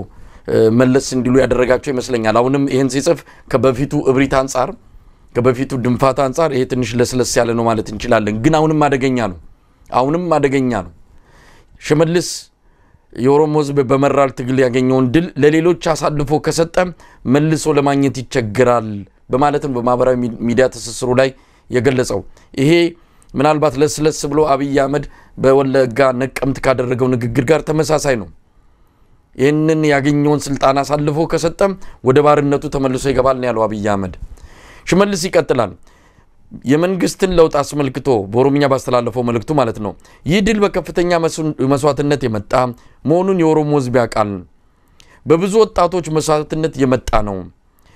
ለኦሮሞ ህዝብ ጠላትና ደንቃራ የሆኑ አካላት ለውጡን ወደ ኋላ ለመመለስ ሲሰሩ እንደነበሩ ነገር ግን አልተሳካላቸውም ሲል ነው የገለጸው ከነዚህ አካላት ከኦሮሞ ህዝብ ጋር ተመሳስለው ለኩይ ዓላማቸው መሳካት የቻሉትን ሁሉ ያደረጉ ያሉት እንደሆኑም የገለጹ ሲሆን ነገር ግን አልተሳካላቸውም ሲሉ አስረግጠው ተናግረዋል አቶ ሽመልስ ማለት አንዴ አንተ ያልኩ የገለጽኩት ነው የኦሮሞ ህዝብ ከዚህ መንግስት ጋር በጽናት የቆመው ችግር ኖሮ ሳይሆን ታጥቀው የህዝቡን ሰላም የሚያውኩ ኃይሎች መኖራቸውን በመገንዘቡ ነው ስለዚህ የኦሮሞ ህዝብ ይሄንን ስርዓት ይሄንን መንግስት የታገልክለትን መንግስት ጠብቅ ነው ትልቁ መልእክት በአቶ ሽመልስ እየተላለፈው አሁንም ዋና የዚህ አቶ ሽመልስ ጭብጥ መልእክት ይሄ መንግስት 4 ኪሎ ያለው መንግስት ቀደም ሲል በሰልፉ ላይ እንዳየው የትን ያለ ነው 4 ኪሎ እንዳሉት ሁሉ 4 ኪሎ ያለው መንግስት የኦሮሞ መንግስት ነው እሱን ካጣ አበቃልህ አይነት የሚል ትርጓሜና ድምዳሜ የሚሰጠው ነው ማለት እንችላለን ገለታው ያ በጣም አስገራሚ ነው መሳይ በጣም ተሳከረ ዘመን ላይ ነው ያለነው እነዚህ ሰዎች እኮ በአንድ በኩል ደግሞ እኮ የብሔር አደረጃጀት አብቅቷል ብልጽግና የሚባል ፓርቲ ፈጥረናል ብሎ እኮ የብልጽግና ስራ አስፈጻሚ እኮ ነው ሽመልስ የኦሮሞ ድል የአማራ ድል የትግሬ ድል የሚባል ነገር የለም አንድ ፓርቲ ሆነናል ብልጽግና አንድ ፓርቲ ሆኗል ወደ አንድ ፖለቲካ ማህበረሰብ ወጥቶናል ብለናል ነው የሚሉት በሌላ በኩል ደግሞ እንርስት አድርገው ያኛውን ኮፍያ ምክንያቱም ህገ መንግስትም ሳያሻሽሉ ፌደራል ስርዓት ሳያሻሽሉ ዝም ብለው የጮሌነት ፖለቲካ ስለሆነ የሚጫወቱት እርስት ያደርጉትና ደግሞ ወደ ቤታቸው ሄደው ተመልከት እሱ ለህዝብ ለሚለው ድሉ የኛ ነው ይላል ሌላውስ አማራውስ እሺ ትግሬውስ ይሄ ኢትዮጵያ ድል ነው አይልም ወይ ይሄ ሰው በርግጥ የተዋሃደ ፓርቲ ውስጥ አመራር ከሆነ ኢትዮጵያውያን ያገኘነው ድል ነውና ኦሮሞም ይሄንን ከሌሎች ወንድሞች እህቶች ጋር ያገኘውን ድል ጠብቅ አንድ ነገር ነው ግን ለይቶ ወስዶ የኦሮሞ ያንተ ድል ነው ሌሎቹ ደግሞ እየመጡብህ ነው ያለው ተራው ያንተ ነው ብለው ቀንተው ባህል አይነት ንግግር ሲናገሩ ስናይ በአጠቃላይ ሀገሪቱን በጣም የጮሌ ፖለቲካ መሳይ ይሄን ቃል የተጠቀምኩት ስለሚገልጽ ነው የጮሌ ፖለቲካ ነው አብይ አህመድ ወደ ስልጣን ሲመጣ ብዙ የሚያደርጋቸው ነገሮች ሁሉ መርህ የተከተሉ አልነበሩም መሳይ እኔ ከመነሻው አካባቢ ተቃውሞ የጀመርነው የፕሪንሲፕል ሰው አይደለም የለውጥ ሰው አይደለም የዚህ ኮንስፓይሬሲ በሚል ደረጃ ያኔ ባናውም ግን ጮሌ ነው የጮሌ ፖለቲካ ለምሳሌ እዚህ የመጣ ጊዜ እዚህ ዋተርጌት ሆቴል የመጣ ጊዜ አው ነበር ካንተም ሚናገራቸው ነገሮች እስቲ ተመልከታቸው ለምሳሌ አሁን አንዱ ከተናገረው ነገር ማረሳው ስለ ታማኝ ታስታውሳለህ አይደለም ታማኝ በየነ አልነበረም በዛን ቀንና ታማኝ የት ነህ ደውዬ አጣሁህ መቼም ጎንደሬ እንደሆን ካውቃለሁ አለ ጮሌነት እኮ ነው መሳይ ይሄ አንድ ጠቅላይ ሚኒስትር ፎርማል ያልሆነ ስፒች ጮሌነት እንደዚህ አይነት ጨዋታ ነበር ሲጫወት የነበረው በቃ አይደለም ታማኝ ደግሞ እንግዲህ ይሄ አንጀቱም ምንም ባባ ይመስለኛል በማግስቱ ሌላ ስብሰባ ላይ ተገኘ እንግዲህ ሌላው ስብሰባ እንደዚህ አይነት ነገሮችን ከመሪ ከማይጠበቅ ፎርማል ያልሆኑ ንግግሮች በየመድረኩ የሚናገራቸው ነገሮች የጮሌነት እንደዛ አይነት አስተሳሰብ ያለው ሰው ነው መሳይ እንጂ የኢትዮጵያን ማህበረ ፖለቲካ የሚቀይር ህገ መንግስት የሚያሻሽል ተቋም መስርቶ ችግር የሚፈታ ሰው እንዳልሆነ ከመነሻው ያስታውቃል። ያን ነው አሁንም እነዚህ ሰዎች የሚጠቀሙት እንደዚህ ነው። አንዴ ኦሮሞ ይሆናሉ፣ ሌላ ጊዜ ደግሞ ኢትዮጵያ ይሆናል። ብሔር የሚባለው ነገር የብሔር ኮፍያችን አውልቀና ይሉሃል። እና እንደዚህ የተተረማመሰ ነገር ነውና የኦሮሞ ህዝብ በተለይ በዚህ ሰዓት መንቃት ያለበት ይሄንን ነው መሳይ። ስንት ኮፍያ ያደረጋችሁ ነው የምትመጡት? በማን ነው የምትጫወቱት የሚለው ነገር ማንሳት ያለበት ይመስለኛል። እንደው ምናልባት አንተ አንድ ነገር ተናገርና በተለይ ይሄ እድገትን አሳየን የሚሉት ጋር አንድ ሁለት ነገር እንደው ባነሳ ጥሩ ይመስለኛል። ገለታው እንግዲህ በዚህ በመጋቢታውያን ሰልፍ ላይ አንዳንድ ነገሮችንም ታዝበናል። በተለይ ከዚህ ከኤርትራ ጋር በተያዘ ከወደብ ጋር በተያዘ ቀደም ሲል እንዳልኩት ይሄ ሰልፍ የተዘጋጀው በኦሮሚያ ብልጽግና ነው። በህዝብ አይደለም ያዘጋጀው። ኢትዮጵያ ውስጥ ህዝብ ሰልፍ አዘጋጅቶ ማያቀም። አምባገነኖች የራሳቸውን ካድሬ ፈጥራሉ፣ በየቤቱ እየቀሰቀሱ እያስፈራሩ መፈክር አዘጋጅተው ሁሉን ነገር አዘጋጅተው የሚወጡበት ሁኔታ እንዳለ ይታወቃል። ይሄ አዲስ ነገር አይደለም። በዚህ ሰልፍ ላይ ኤርትራን በተመለከተ በተለይ ወደብን በተመለከተ ነገር ፍለጋ ይመስላል። በምንድነው መርከብ ሰርተው በመርከቡ ላይ የሚያስተላልፉት መልእክት አብይ አህመድ የሚታይበት ምስል እዛ ላይ የወደብ ጉዳይን በተመለከተ በተለይ ቀይ ባህርን በስም ጠቅሰው ያስተላልፉት መልእክት ነገር ፍለጋ ነው። አብይ አህመድ ለምን ፍላጎቱን በአደባባይ በደንብ በግልጽ ለምን ጦርነትን ፈልጎ ከሆነ ለምን አይገባም? ለምን በሹክሹክታና በእንደዚህ በምንድነው በድብብቆሽ ለምን ያደርገዋል? አሁን ለምሳሌ ይሄንን በአንድ ሰልፍ ላይ የታየን ነገር እስቲ እንመልከተው ገለታው።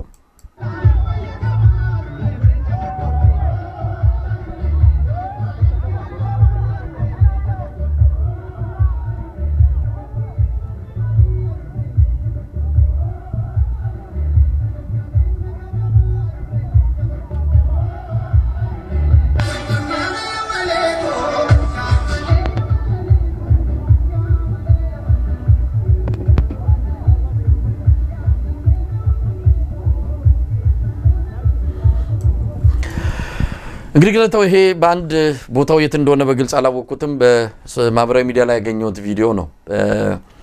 እንዲህ አይነት በመርከብ ሰርተው ፍላጎት ሊኖር ይችላል። አሁን ባለው ሁኔታ እንዲህ አይነት ነገርን ህዝብ ላይ ማስረጽ፣ ህዝብ ወጥቶ እንደዚህ አይነቱን ነገር እንዲገልጽ ማድረግ አይተ እንደሆነ ጽሁፉን የቀይ ባህር ጥያቄ የቅብጠት ሳይሆን የሉና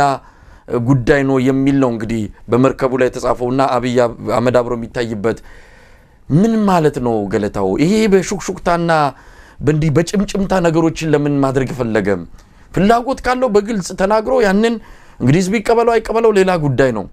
እንደዚህ በጓሮና በጀርባ በእንደዚህ አይነት መልኩ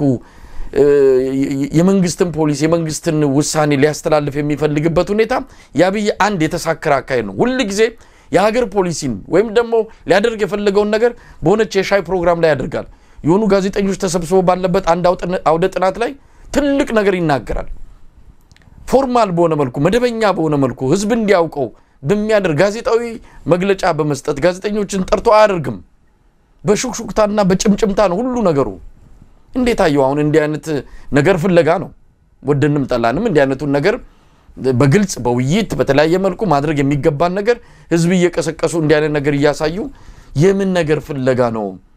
ከሆነ አይቀር ይለይለትና አንደኛውን ወጥቶ መፋለም ነው፣ አለበለዚያ አርፎ መቀመጥ ነው።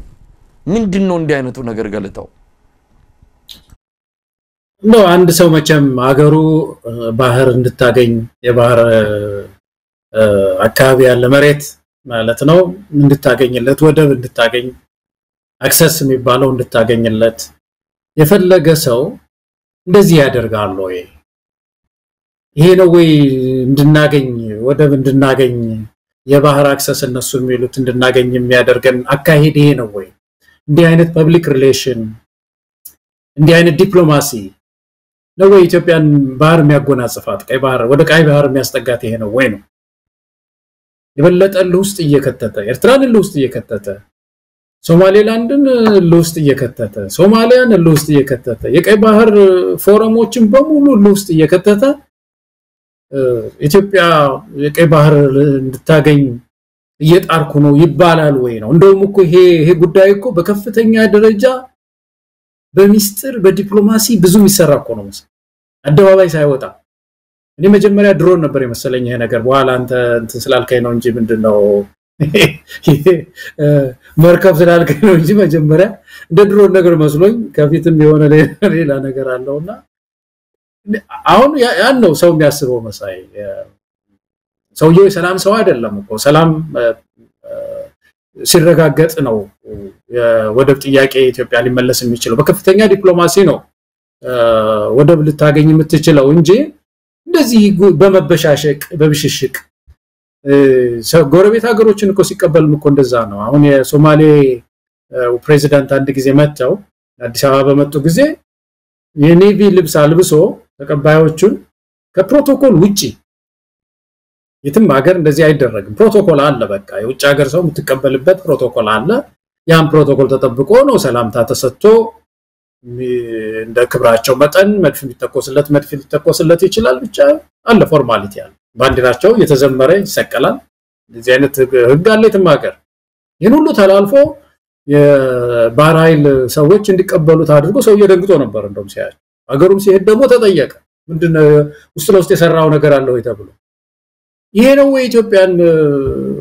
ወደ ባህር የሚወስዳት እና የሚያደርገው ነገር በአጠቃላይ የሚያደርጋቸው ነገሮች እና እንደውም እያራቀን መጣ መሳይ ጎረቤቶቻችን በሙሉ እያራቀን ነው የመጣው አይደለም ወደ ባህር ሊያስጠጋት ምድሪቱን ወደፊት ራሱ በባህር ጉዳይ ላይ የተሻለ መንግስት መጥቶ ተደራድሮ ጥሩ ነገር ውስጥ ጥሩ ስምምነት እንዳያደርግ ያራቀው ነው ኮሙኒኬሽኑ ግንኙነቱን ያራቀ ነው የመጣው ስለዚህ ለዚህ ነው የምንቃወመው ኢትዮጵያዊ ሁሉ የህልም ነው መሳይ ወደፊት ይቺ ምድር ባለፈው ያነሳ ነው ነገር ነው መሳይ አንደግሞም አድማጭ ላለማሳልቸት እንጂ ይቺ ምድር በተለይ ጎረቤት የሆኑ ሀገሮች ኤርትራ ጅቡቲና ሶማሌላንድ በተለይ ከቆየች እንደዚሁ ከቆየች ወይም ደግሞ ሀገር የምትሆን ከሆነ ከሶማሌ ጋር ተነጋግራ እነዚህ ሶስት ሀገሮች ቀይ ባህርን ብቻቸው ማኔጅ ያደርጉት ነው መሳይ ታወቀ ነው እኮ ማኔጅ ያደርጉት ከባድ ኔቪ ለመገንባት ኢትዮጵያ ታስፈልጋቸዋለች በተለይ ጅቡቲ ምንም አታደርግበትም እኮ ያን ነው ኢትዮጵያ ብቻ ነው የምትጠቀምበት መሳይ ኢትዮጵያ ናት የምትጠቀምበት ግማሿ የጂዲፒዋ ግማሽ የኢትዮጵያ ብር ነው ከኢትዮጵያን ሁሉ ነገር ቲማቲም ሳይቀር ከኢትዮጵያ ነው የሚሄደው ይቺ ሀገር በጣም ኢትዮጵያ ላይ ጥገኛ ናት ስለዚህ አብረው የሚሰሩበትን መንገድ ትውልዱም ያስባሉ እኮ ወደፊት ይሄ የሚመጣው ትውልድ ደግሞ በጣም የተሻለም ስለሚሆን አስቦ አብረው ነው የሚሰራው ከኤርትራም ጋር አብረው ነው የምንኖረው ስለዚህ በዛ ደረጃ ማሰብ ነው እንጂ አሁን እንደዚህ እንትን አንጠልጥሎ በካርቱን ሰርቶ እኔ የፖለቲካ ትርፉ ራሱ በጣም የገረመኝ የበለጠ ከማቅለል የፖለቲካ ትርፍም ራሱ ያስገኘናል ብለው ማሰባቸው ይገርመኛል በጣም እንግዲህ ገለታው ቀደም ሲል ወደ ፈለከው ሐሳብ እንሄዳለን እንግዲህ መጋቢታውያን አደረግን ለኢትዮጵያ መጣን የሚሉት በነሱ ቤት ተዘርዝሮ የሚያልቅ አይደለም ያንን ሂሳቡንና ስለው የሚለው ጉንጭ አልፋ ክርክር ስለሚሆን ብዙም የምንሄድበት አይመስልኝም ምክንያቱም እንደው እነሱ በሚሉት አሳካን በሚሉት በዛ በእነሱ መንገድ እንኳን ሄደን የሚሉትን አይነት ስኬት ልናገኝ አልቻልንም የውሸት ቁጥር የተጋነነ ቁጥር ወይም ዝም ብሎ አየር ላይ የተበተነ ዝም ብሎ ጉም የመጨበጥ የመዝገን አይነት ነገር ካልሆነ በስተቀር ካፋቸው ሌላ ከሚናገሩት ካንደበታቸው ባሻገር ልናየው መሬት ላይ ያልቻልነው ነገር ነው እስቲ ምንድነው አሳካን የሚሉት እንደው ሰሞኑንም ስናነሳው ነበር ባጭሩ ለገሰት ሁሉ ወጥቶ የሚናገረው ነገር መቼም ያንን ቁጭ ብሎ የሚሰማ ሰው እንዴት አይኪው እንደሚቀንስ የማሰብ ግንዛቤው እንዴት እንደሚወርድ ይታየኛል መቼም ለገሰ ሁሉ የሚናገረውን ዳንኤል ክብረት የሚናገረውን ቁጭ ብሎ የሚሰማ ሰው ከዛ በኋላ ምን አገኘው ቢል ምናልባት የድድብና መጠኑ ይጨምር እንደሆነ እንጂ ምንም የሚያገኘው ነገር የለም ለማንኛውም ምንድነው ስኬት ብለው የሚገልጹት 7ኛ ዓመት ላይ ሆነው ትላንትና አንድ ወንድማችን ውይይት ያደረገ ነበር እንግዶች ወንድሞቻችንን ጠርቶ እና እዛ ላይ አንድ የብልጽግና ተወካይ ተገኝተው ነበር ፓርላማ አባል ናቸው እና እዛ ላይ ሰው ሲናገሩ ለመጀመሪያ ጊዜ በደንብ የታየኝ የብልጽግና ችግር እሳቸው ሲናገሩ ምናሉ መደመር የሚለው ፍልስፍና መነጽር ነው አሉ መነጽራችን ነው የውጭ ጉዳይን የምናይበት መነጽር ኢኮኖሚውን የምናይበት መነጽር ነው መደመር መነጽር ነው ብለው ደጋግመው ተናገሩ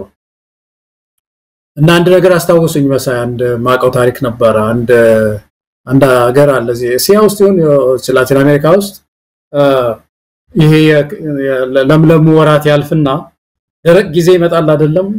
ያን ጊዜ ደረቅ ጊዜ ሲመጣ ፈረሶቻቸው ያችን ለምለም ሳር አረንጓዴዋን ነው የሚፈልጉት እና ያኛው አልበላ ይሏቸዋል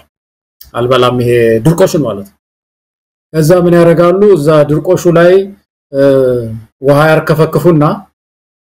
አረንጓዴ መነጽር ያደርጉለታል ለፈረሱ ያቺ አረንጓዴ መነጽር ያንን አንተን ስታሳየው ደረቅ ሳር ስታሳየው ለሱ አረንጓዴ ነው የሚሆነው ማለት ነው ተመልከተው እንደዚህ ማለት ነው አረንጓዴ መስሎ ይታየዋል ፈረሱ ረጠብም ብሏል ደግሞ ውሃ አድርገውበታል ከዛ አረንጓዴ ለምላሜ ሳር አገኘው እያለ በዛ መነጽር ያየ ይበላል ማለት እንደዚህ ያደረጉ ያታልሉታል ይሸውዱታል ፈረሱንና ደረቁን ሳር ለምለም ነው ብለው አረንጓዴ መነጽርና እኔ ብልጽግና ችግር ይሄ ነው መሳይ መነጽሩ መሰለኝ ለካ ችግሩ ይሄ መደመር አስተሳሰብ ነው መሳይ ስለዚህ ብልጽግናዎች ያጠለቁት አሁን ፈረሱ ያጠለቀው መነጽር ነው ማለት ነው ደረቁን ለምላሜ አድርጎ የሚያሳይ መነጽር ይሄ መደመር የሚሉት ማለት ነው አዎ በቃ ያ ነው ችግራቸው አሁን ሳያ ነው ችግሩ መሳይ ሰው ተርቧል ሲባል ጠግቧል ይላል ተጋብ ነው ይላል ኢኮኖሚው አላደገም አድጓል ስለ ኢኮኖሚ እድገት ትላንትና ያሰብኩ ነበር ኢትዮጵያ ውስጥ ኢኮኖሚ በመሰረቱ ጂዲፒ ባለፈው ትንሽ አንስተነው ነበር ጂዲፒ የሚያድገው የሚያሳድጉ ሁኔታዎች ሲበዙ ነው ጂዲፒ ግሮስ ዶሜስቲክ ፕሮዳክት የሚባል ነገር አይደለም ኢትዮጵያ ውስጥ እኮ ተመልከት ለምሳሌ አንዱ ጉዳይ አሁን ጂዲፒው እንዲቀንስ የሚያደርግ ነገር ምን አለ አንደኛው ካለችን ሀብት ላይ ለጦርነት በጀት እንጨምራለን ወደን ሳይሆን በግድ ማለት ነው መንጃ እንገዛለን ቦምብ እንገዛለን ድሮን እንገዛለን በጣም ውድ የሆኑ መሳሪያዎች እንገዛለን ካለን ሀብት ላይ ማለት ነው ማስተማረሳው ነገር ባድመ የተወረረሽ ጊዜ በባድመ ጦርነት ጊዜ መለስ ዜናዊ ሰራተኞችን አለቆችን ማኔጀሮችን ምናምን ሰብስበው እንግዲህ ጦርነት ውስጥ ገብተናል ኢኮኖሚያችን አደጋ ውስጥ ነው የሚሆነው ግን ሰራተኛ እንዳይራብ አደራ አሉ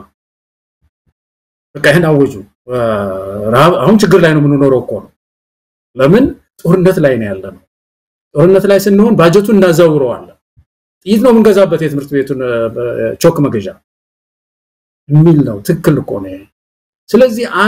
አንዱ ጂዲፒያችን እንዲቀንስ የሚያደርገው ነገር ወደ ጦርነት እናደርገዋለን እናሰለጥንበታለን ያ ገንዘብ አይሄድም ስለዚህ እናመርትም ማለት ነው ሁለተኛው ነገር ጦርነቱ በራሱ ሰላም ሲጠፋ ንግድ ይስተጓጎላል ይሄ እኮ ሲምፕል ፋክት ስለሆነ ነው መሰለኝ ንግድ ይስተጓጎላል መጓጓዝ ይስተጓጎላል ሰላም ስለሚጠፋ ማለት ነው ሰዎች ሱቃቸውን የሚፈልጉትን ያህል አይከፍቱም አሁን አዲስ አበባ ተገደደ ሌላ ቦታ ግን እንደዛ ላይ ሆኑ ይችላሉ ሊዘጉ ይችላሉ ሊፈሩ ይችላሉ ስለዚህ መስተጓጎል ጉዞ ይስተጓጎላል ከባድ መኪናዎች ወዲያ ማድረግ ጉድስ ማዛወር ያስተጓጎል ስለዚህ ይሄ አድጓል የሚለው ነገር ራሱ ህዝቡን በዚህ በ7 አመት ውስጥ አድገናል የሚለው ይሄ 7 አመት ጦርነት ላይ ከመቆየታችን ጋር ተያይዞ ብቻ ጂዲፒያችን እየቀነሰ ነው የመጣው ለዛ ነው ረሃብ ላይ ይወደቅ ነው ለዛ ነው ልመና ላይ ይወደቅ ነው ብናድግም እንዴት ቢያንስ ራሳችንን አንመግበው ነበር መሳይና እንደው ከዛ አንፃር ይችን ነው ቅድም ላንሳ ያልኩህ ገለታው ያው ሰሞኑንም ያነሳ ነው ሁሉ ጊዜም የምንጠቅሰው ጉዳይ ነው በአብይ አህመድ ዓለም ውስጥ ነው እነዚህ ነገሮች የሚታዩት እንዳልኩ ያንን መነጽር ያደረገ ሰው ሊሆን ይችላል ያው መነጽሩን ሲያውልቁት ግን ከእውነታው ጋር የሚፋጠጡበት ሁኔታ ነው ያለው የመደመር የሚሉት ፍልስፍና ይሁን እምነት ይሁን ምንም የማይታወቅ ነገር ነው አብይ አህመድ ጭንቅላት ውስጥ ተፈጠረ ያው አገሪቱ ላለፉት 7 አመታት መቅኗታ ወዲና ወዲያ ስትላጋ የከረመችው በነገራችን ላይ ዳንኤል ክብረትም ሰሞኑን ብቅ ብሏል ይሄ የወልት ርክት የሚሉት ነገር አለ የወልት ርክት የጋራ ታሪክ ያላት ሀገር ነች ኢትዮጵያ ውስጥ የተፈጠሩ ታሪኮች የግል የሚባሉ ወይም የአንድ ብሔር የሚባሉ ታሪኮች የሉም ያው ብሔርተኝነት መነጽር ስታረግ በብሔርተኝነት ምንድነው በዛ መልኩ ስትመለከተው ካልሆነ በስተቀር ኢትዮጵያ ውስጥ የአድዋም ሆነ የግሬት ጦርነት ታሪክ ነው የአብዛኛው ታሪኮቻችን የአድዋም ጦርነት የጣሊያን የወረራ ታሪክም ብዙዎቹ ጦርነቶች ኢትዮጵያን በጋራ ያደረጉት ነው መሪ ንጉስ ሊኖር ይችላል ግን ጦርነቱ የጋራ ነው ሁሉም የተሳተፈበት ነው አሁን ነው አብይ አህመድ የተናጠል ታሪክ ነው ያለው የተናጠል ትርክት ነው ያለው የወል ታሪክ እንፍጠር ብሎ ቁጭ ብሎ ሲደልዝና ሲቸከችክ የሚውለው አሁን ዳንኤል ክብረት መጣና ደግሞ ይሄ በአብይ አህመድ ምንድነው የቅንጦት ፕሮጀክቶችንና የአድዋን በዓል በአንድ ሚዛን ላይ ሊያስቀምጥ ፈለገ እስቲ አንድ ንግግሩን እንስማ ሀላላኬላን ያላዩ ብዙ ኢትዮጵያውያን አዋጣዋል ሀላላኬላ ወንጭ እስካሁን ያለዱ ብዙ ኢትዮጵያውያን ለወንጭ አዋጣዋል ጎርጎራ የት እንዳለ ምናልባት ያኔ ሲነገራቸው ከመስማቱ ውጭ በአካል ማያውቁት ለጎርጎራ አዋጣዋል ልክ ምን ማለት መሰለ አድዋ የት እንደሆነ ሳያውቁት ከባሌ ተነስተው አድዋ ሄደው በአድዋ ጦርነት እንደሞቱት ወገኖች ብለው ኢትዮጵያ ተደፈረች በሰሜን በኩል ጠላት መጣ ሲባል ሰሜን የት እንደሆነ ሳያውቁት ተነስተው ወረኢሉ ከተው ከወረኢሉ ተነስተው ሰሜን ሄደው ጠላት እንደተዋጉት ሰዎች በአካል ያውቁት ነበር አያውቁትም ሄደው ነበር አያውቁትም ብዙዎቻችን ለህዳሴው ግድብ ያዋጣ ነው ህዳሴው ግድብ ሄደን ብቻ አይደለም ሳንሄድ በመንፈስ የዛ አካል አድርገን ለምን የጋራ አንዱ ሀገር የሚገነባው በጋራ ትውስታ ጭምር ነው አገር ሁሉንም አደርስበትም ሁሉም ቦታ አደርስም ሁሉን ወረዳ አትደርስም በሁሉም ታሪክ ውስጥ እኮ አትሳተፍም ወደ ኋላ ሄደ በሁሉም ታሪክ ውስጥ አትሳተፍም ወደፊትም ሄደ በሁሉ ነገር ውስጥ አትኖርም እድሜ እስከፈቀደ ድረስ ብቻ ነው አሁንም ሁሉም የኢትዮጵያ ክፍል ውስጥ በሚደረጉ ነገሮች ሁሉም ውስጥ ልትሄድ አትችልም ግን ምን ይኖርሃል የጋራ ትውስታ ይኖርሃል ለምሳሌ አድዋ የጋራ ትውስታችን ነው ከዚህ ቦታ አያቶቻችን ዘምተዋል ከዚህ ቦታ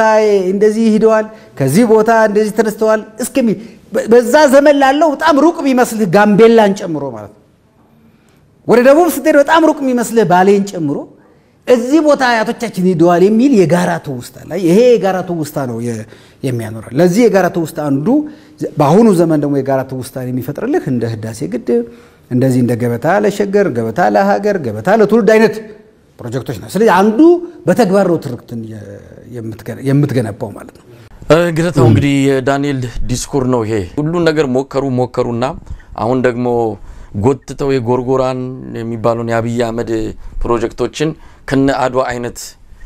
እንኳን አይደለም የኢትዮጵያን ታሪክ የዓለምን ታሪክ የቀየረን ግዙፍ የታሪክ ክስተትን አምጥቶ ከአብይ አህመድ እንደዚህ ብልጭልጭ ፕሮጀክቶች ጋር ሊያወዳድርና እንደው በአንድ መነጽር እንድናየው ፈለገ እንዴት አየው ይሄ አንዱ የወል ትርክት ብሎ ለመፍጠር የፈለጉት ነው የጋራ ታሪካችንን ያጠፋኩ ያለ ነው የጋራ ነገር ይኖር ይላል የጋራ ነገራችንን ያጠፋ ሁላችንም በያጥራዎቻችን ውስጥ እንድንሆን ሁላችንም ስለ ግል እንጂ ስለ ትልቋ ኢትዮጵያ እንዳናስብ በሰፊው የሚንቀሳቀሰው የአብይ አህመድ አገዛዝ ባለሟልና ቄስ ሞገሴ ነው እንግዲህ መጥቶ ይሄንን ነገር እየነገረን ያለው እነዚህ ሰዎች እኮ ኢትዮጵያን ህዝብም እኮ የሚያውቁትም አይመስለኝም መሳይ ዲያቆን ዳንኤልም እንደዛ ናቸው ሀላላኬላን አሁን የኢትዮጵያ ገበሬ እስቲ ምን ብሎ ነው የሚጎበኘው በምንስ ያውቀዋል አሁን እሱስ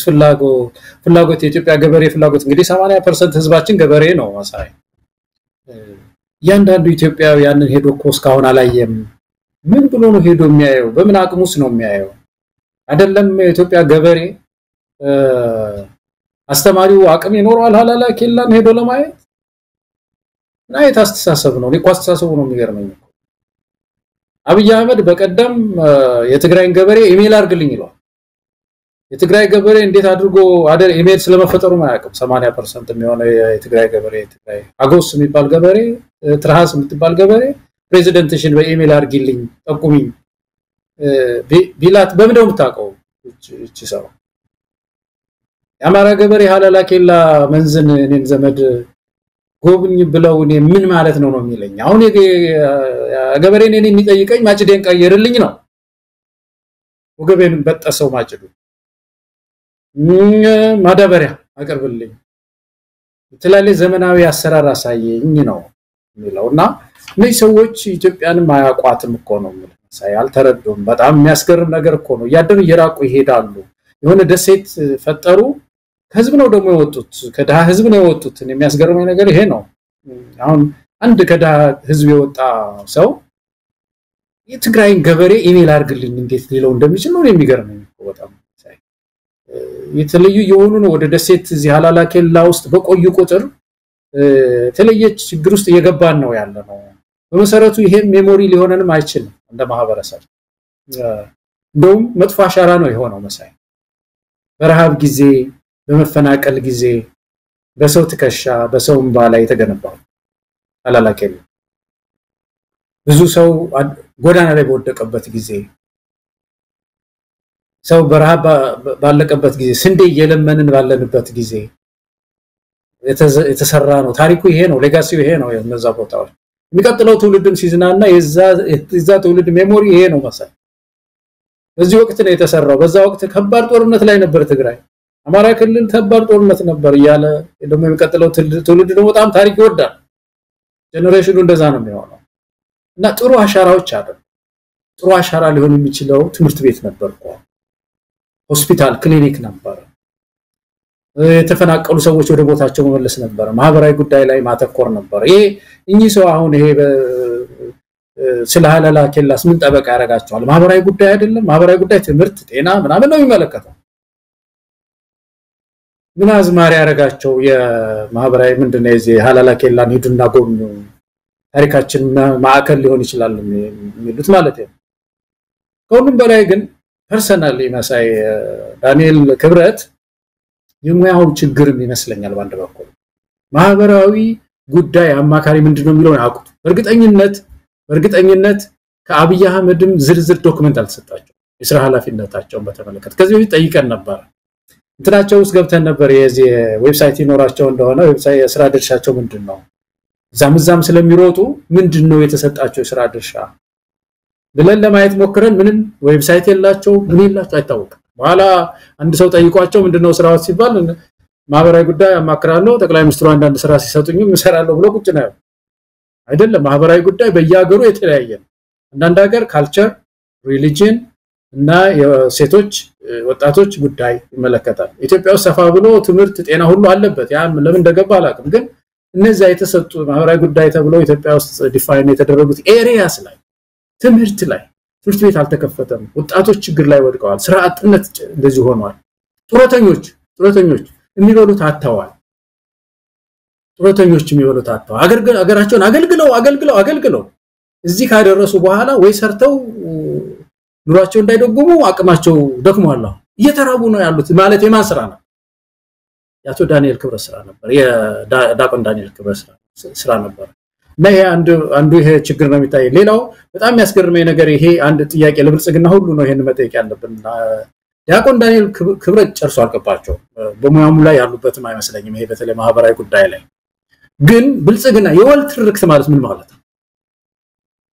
እስቲ ዲፋይን አርጉልን እስቲ 5 የወል ትርክቶች ጻፉልን እስቲ 5 የወል ትርክቶች እናንተ ፕሮጀክት ያደረጋቸዋቸው ኢትዮጵያ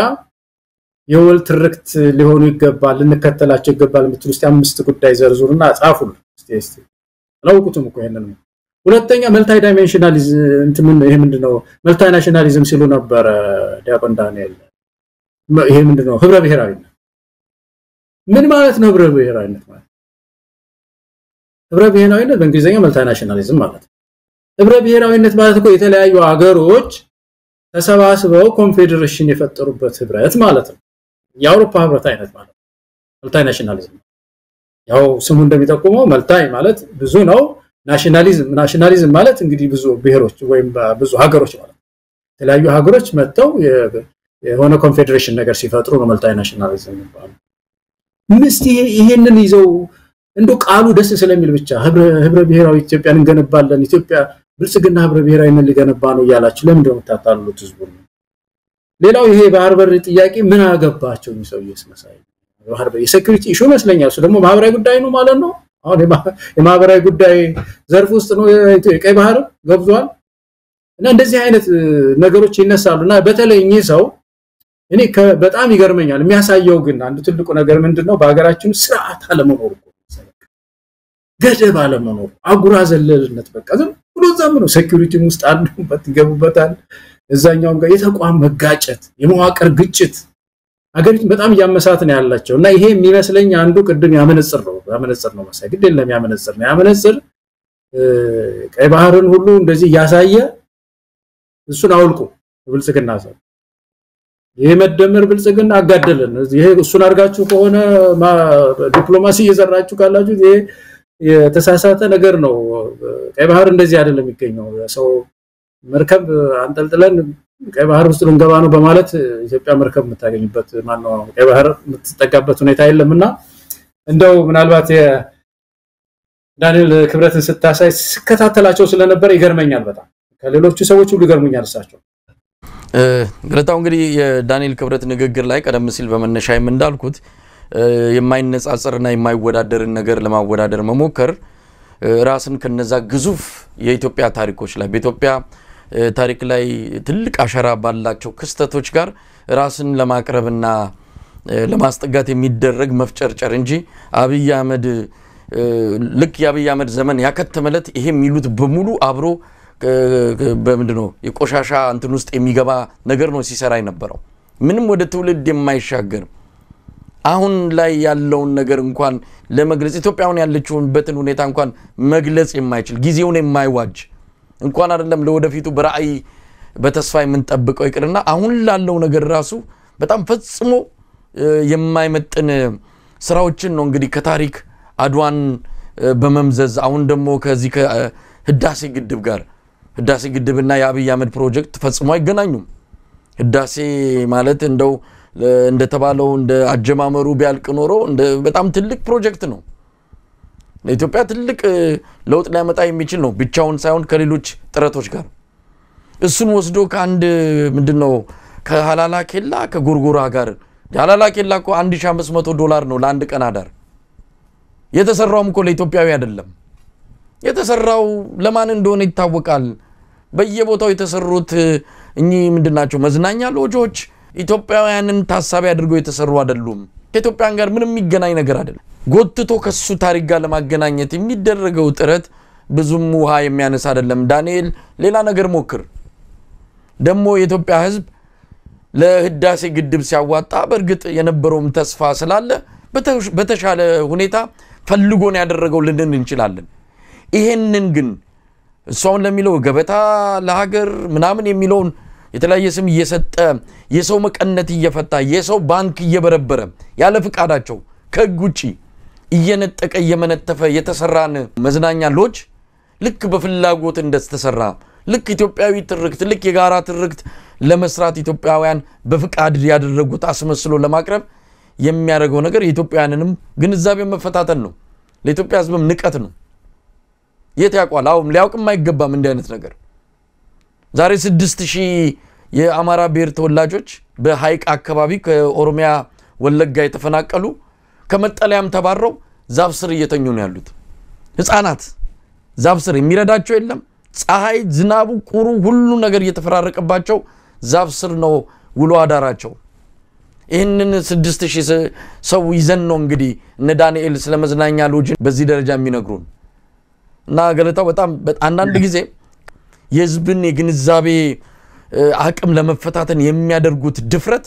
የበለጠ የሚያበሳጭ ነው ይሄ የዚህ መንግስት ልዩ ባህሪው ይሄ ነው በጣም ልዩ ነው እስካሁን ከገጠሙን መንግስታት አሁን መንግስቱ ኃይለማርያም የምታቀው ነው ሲናገርም ይተላለፋል መጥፎ ቃላት ካንደበቱ የሚወጡት ሰው ነው ግን በቆሎ ኮና ምርተን ማን የሌለን ሰዎች ይላል ድህነታችንን በግልጽ ነው እኮ የሚናገረው ነበር በቆሎ የሌለን ሰዎች እዚህ ላይ እንጠላጠላለን ምናምን ይላል መለስ ሚላቸው ብዙ ነገሮች ነበሩ ቀደም ያልኩ ጦርነት ላይ እንኳን የተገባ ጊዜ ባድማ ከፍተኛ ባለስልጣናትን ሰብስቦ አሁን ከዚህ በኋላ ኢኮኖሚያችን ወደዛ ሄዳለ በቃ ችግር ውስጥ እንወድቃለን ጦርነት ላይ ስለሆነን ማለት ነው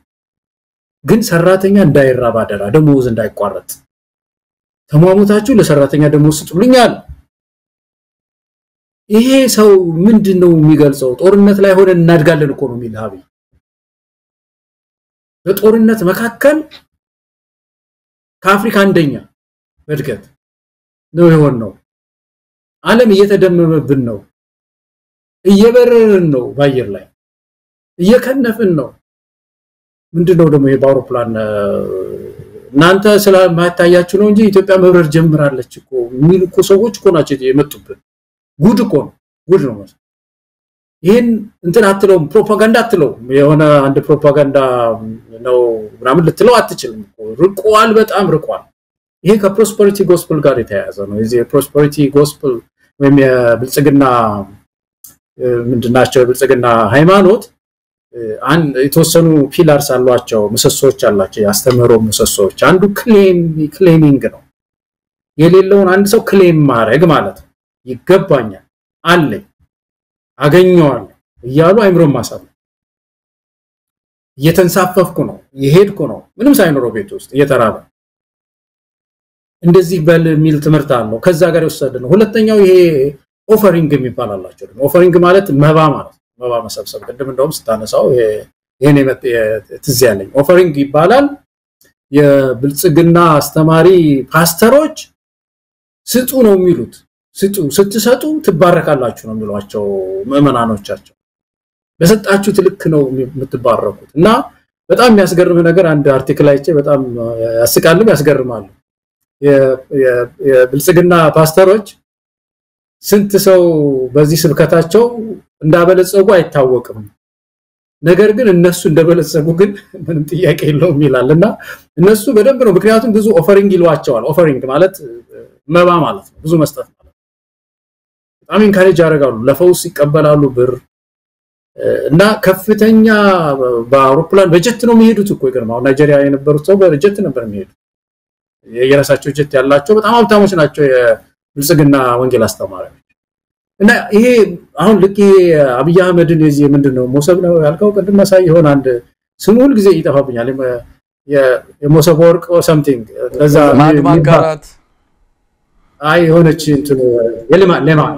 የሌማት ትሩፋት የሌማት ትሩፋት ሌሎችም አሉ ገበታ ለሀገር ምናምን የሚባሉትን ስታ ኦፈሪንግ እኮ ያቺ እኮ መባ እኮ በቀጥታ ትምርቱ ከዛ እኮ የመጣ ነው መሰለኝ እንትኑን ባለ ሀብቱንም እኮ አስመረሩት አስለቀሱት እኮ መሰለኝ መከራውን እኮ ነው የሚያሳዩት ራት በ1 ሚሊዮን ብር ካልበላያ ጠቅላይ ሚኒስትሩ ጋር ራት እና 1 ሚሊዮን ብር ከፍለብላ ይላል 2 ሚሊዮን ብር ከፍላ ይላል ያለቀሰ በእንባ ነው በልቶ የሚሄደው በዛም እኮ ቢያልፍ ጥሩ ነው ገለታው በዛም ቢያልፍ አብይ አህመድ ያኮርፋል አሉ ባለሀብቶች የሚሰጡትን እያንዳንዱን ዝርዝር ያያል ከዛ ያ ባለሀብት መግቢያ መውጫ ነው የሚያጣው እንደውም አልሰጥም ካለ ምንም ሌላ ነገር ውስጥ አይገባም ሄዶ ራሱ ከባንክ ውስጥ ለምሳሌ ባለፈው ሁሉ ጊዜ በተደጋጋሚ እንገልጿለን ሁለት ባለሀብቶች በቀጥታ ያገኙንኛል ከያንዳንዳቸው 20 ሚሊዮን እና 25 ሚሊዮን ብር ባንካቸው ውስጥ የለም እነሱ ሳያውቁት አብይ ወስዶታል ዝርፊያ ይሄ በጠራራ ፀሐይ መዝረፍ ማለት ነው መንግስት እንደዚህ ነጭ ሌባ ሆኖ ሲመጣ አብይን ያየነው እንዲህ አድርጎ የነጠቀውንና እንዲህ አድርጎ አስገድዶ እጅ ጠምዞ የተቀበለውን ይሄው ዳንኤል ይመጣና ልክ በአድዋ መንፈስ በዛ ሊቀባው ይሞክራል ድፍረት ይሄንን ዘርፈው ይሄንን ገንዘብ ነጥቀው አታለው ምናምን ብለው ነዳጅ ማጣሪያ በሰሩበት ምድሪቱ የነዳጅ ማጣሪያ ተሟሞተው እንደው ቀምተው ሌላው ይቅር ገለታው ነዳጅ ማጣሪያው ይቅር ይሄንን ግድብ በጨረሱበት ይሄ ግድብ እኮ አሁን 80 ቢሊዮን ብር ያስፈልጋል እየተባለ ነው ሲጀመር የነበረው በጀት 80 ቢሊዮን ብር ነበር ያስፈልጋል የተባለው ኦኬ የብር ምንዛሪ አቅም ወድቋል ብዙ ነገሮች ተወደዋል እሱን ከግምት እናስገባ ወጪ በነበረ በመነሻ ወጪና አይቀጥልም አሁን 80 ቢሊዮን ብር ለመጨረሻ ያስፈልጋል እየተባለ ነው ምን አለ እሱን ቢጨርሱበት ሎጂ ምን ያደርግለታል ምንድነው ልጅ ነገር አምፖል መስቀል ዘንባባ መትከል ምንድነው የሚጠቅመው ለምን ይሄንን ግድብ አይጨርሱም አዲስ አበባ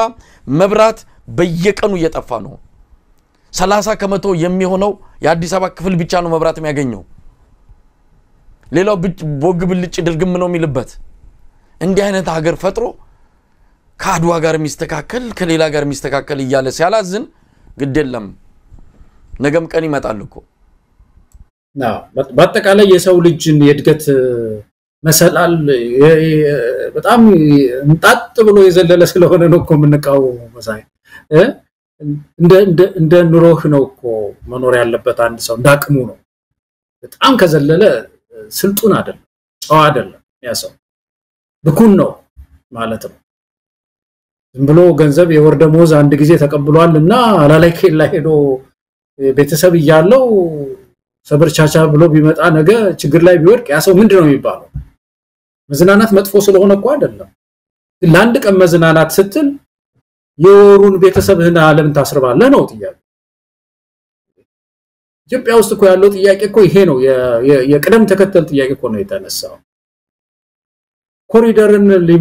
ኮሪደርን ገነባል ለምን ሲባል ቱሪስት ልንስብበት ነው ይላል አሜሪካ ኮሪደር ለማየት ይሄዳል ሰው የኢትዮጵያን ኮሪደር የኛ በዛ በፒያሳ ዳር የተሰራ ጎዳና አለ ብሎ እዛ የሚሄድ ሰው አለ ስንት እዚህ በየቦታው የምታውቀው ነው አገሩ ምን ማለት እንደሆነ በተለይ ደግሞ ከእንትን ጋር ያያይዙት ከዚህ ከቱሪስት ጋር በጣም ነው የሚገርመኝ ቱሪስት የሚሄደው ሉሲን አጽም ለማየት አክሱምን ለማየት ብዙ ጊዜ አንስተናልና ላሊበላ እንደዚህ እዚህ የመሳሰሉ ቦታዎችን ለማየት ነው ያንን ማስተካከል ጸጥታውን ማስከበር ያ ነው ኢትዮጵያን ሊያሳድጋት የሚችለው እንጂ ከምንም ከቱሪስት ጋር የሚያያዝ አይደለም በአጠቃላይ ያለችን ጥቂት ሀብት ያቺ ጥቂት ሀብት እየዘረዘረ ያመጣ ስራ ወገኖቻችንን የሚያስይዝ መሰረታዊ የሆኑ ችግሮቻችንን የሚፈታ በተለይ የገበሬውን የማዳበሪያ ችግር የሚፈታ ኢትዮጵያን የሚያክል ትልቅ አገር 109 ሚሊዮን ባለፈው ቁጥሩን ማስተካከል ብለሃል መሳይ እስካሁን አንዳንድ ሰዎች 130 ይላሉ 109 ሚሊዮን ህዝብ የያዘች አገር ሁለት ማዳበሪያ ፋብሪካ እንዴት አይኖራት እንዴት አንድ ዘይት ነዳጅ ማጣሪያ አይኖራት ተማሙ ደግሞ ቁጥሩን ብሩን ስናይ አስተንተን ነበር ነግሬ እንደሆነ አላቀም ከዚህ በፊት ባልደራስ እንደነበርን ማኒፌስቶአችን ላይ ሁሉ አውጥተነው ነበር አስተንተን ይቻላል ሩዋንዳ ሰርተዋለች አንዳንድ አፍሪካ ሀገሮች ሰርተውታል ይቻል ነበር የነበረን ሰዎች ነን ከዚህ በፊት አዲስ ነገርም አይደል የማዳበሪያንም አስተንተናል ብዙ ፋብሪካዎች ኢትዮጵያ ላይ የሚያስፈልጓት መሰረታዊ የምንላቸው ቅድሚያ የሚሰጣቸው እነዛ ላይ እንኳን ቢያደርግኮ ይሄንን ባለሀብቱንም ነጥቆ ባለሀብቱ እንደው ቢያንስን የተጎድቼ ህዝብ ተጠቀመ ይላል ወስዶ ይሄ ሰው አሁን ምንለውን እኮ ነው ሐላላ ከላ ሰራውልህ ሲለው አንድ ለፍቶ ሰርቶ ትንሽ ፋብሪካ ከፍቶ ትንሽ አጠራቀመ ሰው ሌላ ብራንች ከፍታለሁ የሚልን ሰው ገንዘብ ነጥቆ መዝናኛ ሰርችልሃለሁ ሲለው ምንድነው የሚሰማው ያ ባለሀብትስ የሚለው እኮ ነው በጣም ገለታው አይደለም ሐላላ ከላ በምንድነው በሄሊኮፕተር ወይ በአውሮፕላን አላቅም በዛ ካልተከደ በስተቀር በትራንስፖርትም መድረስ የምትችልበት አይደለም እንደዛ መራቃቸው ብቻ አይደለም አሁን አንዳንዱ የጦርነት ቀጠና ውስጥ ያለ ነው እንደ ጎርጎራ አይነት እሱ ይቅርና አዲስ አበባ እንጦጦ ፓርክን ሰርቶ እነዛ እንጨት እየተሸከሙ ኑሯቸውን ቀይረው በዚህ በተሰራው ፓርክ የገቢ ምንጭ እንዲኖራቸው ተደርገው የተሰባሰቡ እናቶችም አሁን ዝምቦሮታል ቦታው የሚመጣም የለም አንድ ሰሞን የወረት የሆኑ ሰዎች ሄዱ ነበር የመንግስት ሰዎች አብይን ለማስደሰት ብለው ከዛ በኋላ ማን ይሄዳል ወደዛ ስለዚህ እነዛ እናቶች ተመልሰው ወደ እንጨት ለቀማቸውና መሸከም ነው የገቡት ምንም ትርጉም የሌለው ነገር ነው እንኳን አይደለም ጎርጎራና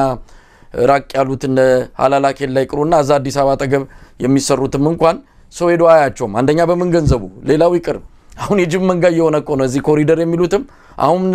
ትንሽ መሸት ካለ ጅብ ይመጣል አሉ አዲስ አበባ ሰው ወደ ቤቱ ነው የሚገባው እንዲህ አይነት ነገር ሰርተ በየቴሌቪዥን መስኮቱ ላይ የመጣ መመጻደቅ ነውር ነው በታሪክ ግን ያስጠይቃል ነገ በፍትህም ያስጠይቃል ገለታው እንግዲህ ጊዜ የለንም አጭር በትግራይ ጉዳይ ላይ ያለው ነገር እናንሳና ዝግጅታችን እናብቃ ትግራይ አንድ ቡድን ከቲዲኤፍ ወይም ደግሞ ከዋት ምንድነው ፍንካች የሆነ ኃይል መሳሪያ ታጥቆ ወደ ቆላ በረሃ ገባ የሚል ነገር እየሰማን ነው ትግራይ ወደ ሌላ ዙር ጦርነት ልትገባ ነው ወይስ የርስ በርስ ዋቶች ማል የርስ በርስ ጦርነት ሊጀመር ነው ትንሽ ጥሩ ዜና አይደለም የሰማነው ይህ ህዝብ ረፍት አጣና አሁን ደግሞ የሚሰማው በረሃ የገባ አንድ ቡድን አለ የታጠቀ ቡድን አለ የሚል ነገር ነው ዜናው በደንብ በማስረጃ ተደግፎ እየመጣን ያለው የክልሉ አንድ ባለስልጣንም ተናግሯል የሚባል ነገር ነው የሰማነው እስቲ ምንድነው ገለታው አዎ አሁን ትግራይ ውስጥ ያለው እንቅስቃሴ እየተቀየረ ነው ያለው በተለይ አቶ ጌታቸው ከመገፋታቸው ጋር የተያያዘ እና ከሳቸው ብቻ እንግዲህ ሲገፉ ከሳቸው ብቻ አይደሉም የተገፉት ከሳቸው ጋር የሚሰሩ የነበሩት በሳቸው ጎዳና የሚያምኑ እሳቸው የተሾሙ እና በደብረጽዮን አስተላለፍ ውስጥ የሌሉ ሁሉ እየተገፉ ነው እየተባረሩ ነው ያሉት አይደለም ትግራይ ውስጥ በየቦታው እና እነዚህ ኃይሎች ሰፊ ድጋፍ ነው ያላቸው በደብረጽዮን በኩል ሰፊ ድጋፍ እንዳለ ሁሉ በዚህኛውም ሰፊ ድጋፍ ነው ያለውና ይሄ ኃይል እየተሰባሰበ ትጥቅ ትግል ውስጥ እንደገባ ነው አሁን እየተነገረ ያለው እና ይሄ ደግሞ ሌላ እንግዲህ ችግር ትግራይ ውስጥ ይዞ መጣ ማለት ነው በደብረጽዮን ቡድንና ጌታቸው ወይም ደግሞ ደብረጽዮንን የማይፈልግ ማለት የደብረጽዮንን ቡድን የማይፈልግ ኃይል አማራጭ የለንም ሌላ ደብረጽዮን በማህተም እየነጠቀ መጥቶ በጉልበቱ ነው ስልጣን ላይ የተቀመጠው አንፈልገው ስለዚህ በሚገባው ቋንቋኛ ማናገር አለብን ማለት ነው እንግዲህ ሽፍትነት ማለት ነው እንግዲህ ወደ ሽፍትነት አምርታዋል ይሄንንም ከአንዳንድ ሰዎችም ሰምቻለሁ በቀደም ቴዎድሮስ የትግራይ ትምህርት ቢሮ ኃላፊ የነበሩትንም ሲያናግር እንደዚሁ የታጠቀውን ኃይል የመሰብሰብ ስራ ላይ እንዳሉ ፍንጮች ሰጥተዋል እሳቸው አቶ ታደሰ ማነው ጀነራል ታደሰም እንደዚሁ እንደዚህ አይነት ፍንጮች እንደዚህ አይነት እንቅስቃሴዎች እንዳሉ ተናግረዋል የትግራይ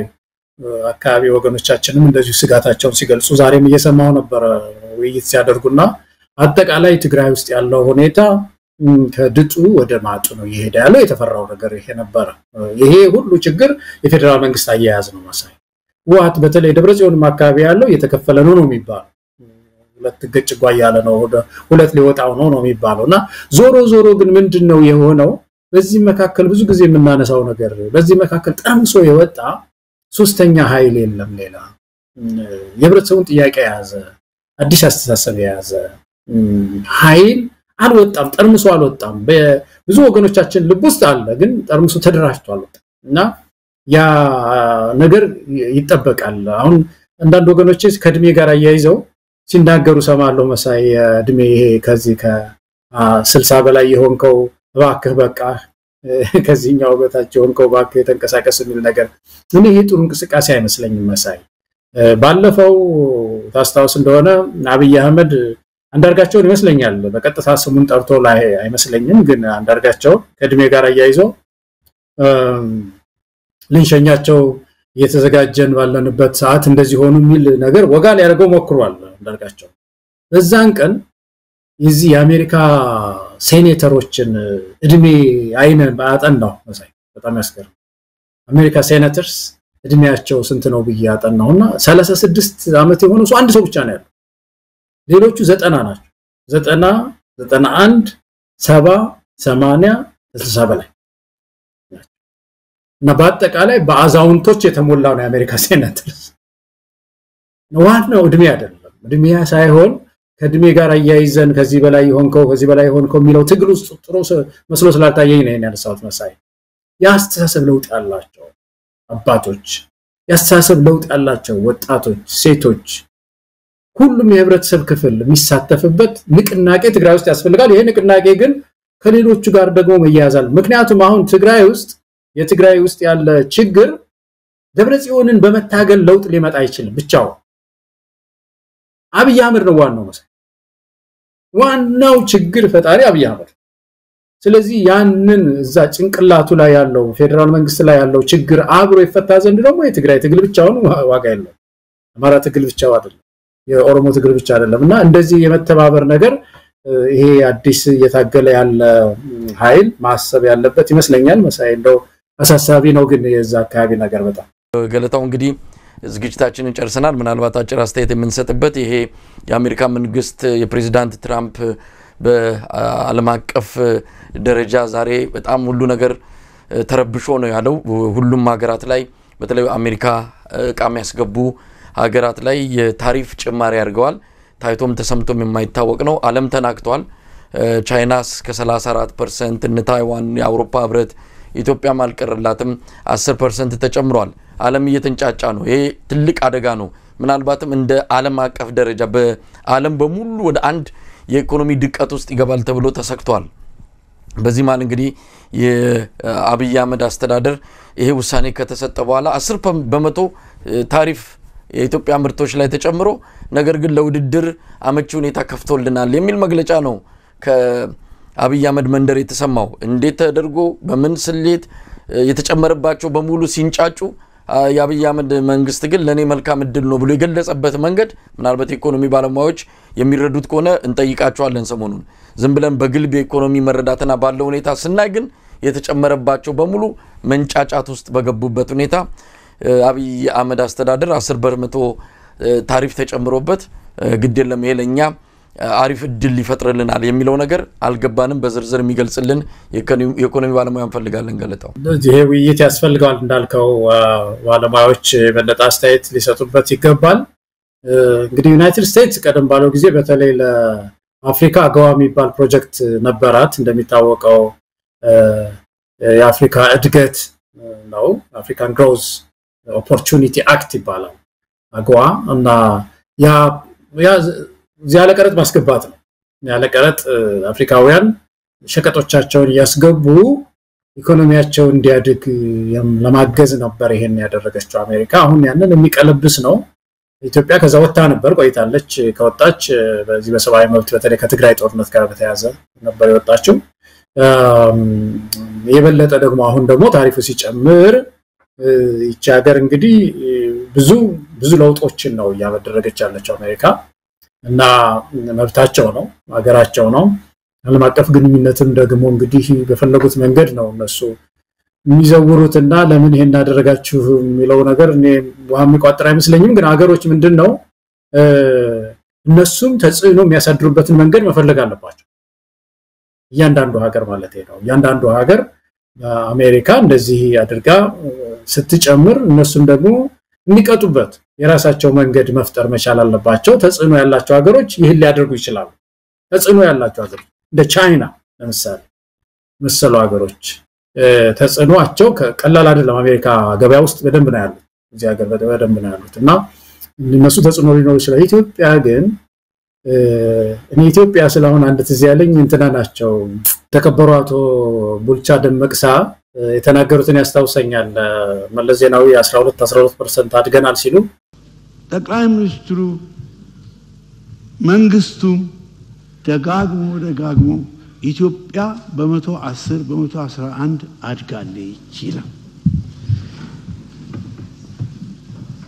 እኔ እሳቸውም የኢትዮጵያ ኢኮኖሚስቶች ሁሉ ያውቃሉ በ111 ማደግ ማለት ተአምር ነው ይህን ተአምር የሰራችው ቻይና እንደውም አሁን እየሰራች አይደለም ታይዋን ደቡብ ኮሪያ ናቸው እንዴት ኢትዮጵያ በ111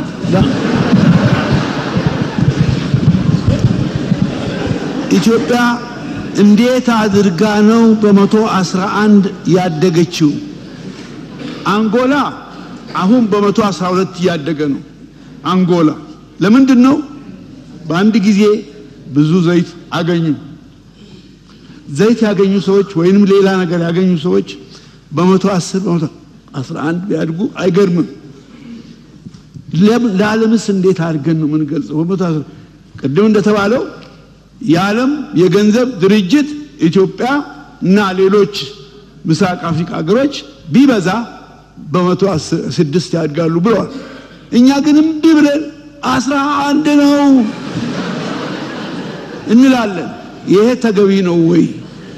አንጎላም ያድጋል ነዳጅ ስላገኘ ቻይናም ሊሆን ይችላል ኢትዮጵያ ሲሉ ብዙዎች እስካሁን ድረስ ያ ቪዲዮ ያዩ ይስቃሉና አሁን ካለን አቅም የተነሳ ይሄንን የተጣለብንን ቀረጥ ጭማሪ ምንም ችግር የለም እኛም ተጽዕኖ አለን በተጽዕኖአችን አሜሪካንን በክንዳችን እናሳያታለን ለማለት የሚያስችል ነገር የለንም እኛ አገዋ ውስጥ አስገቡን ይያል ስንለምን አልነበረው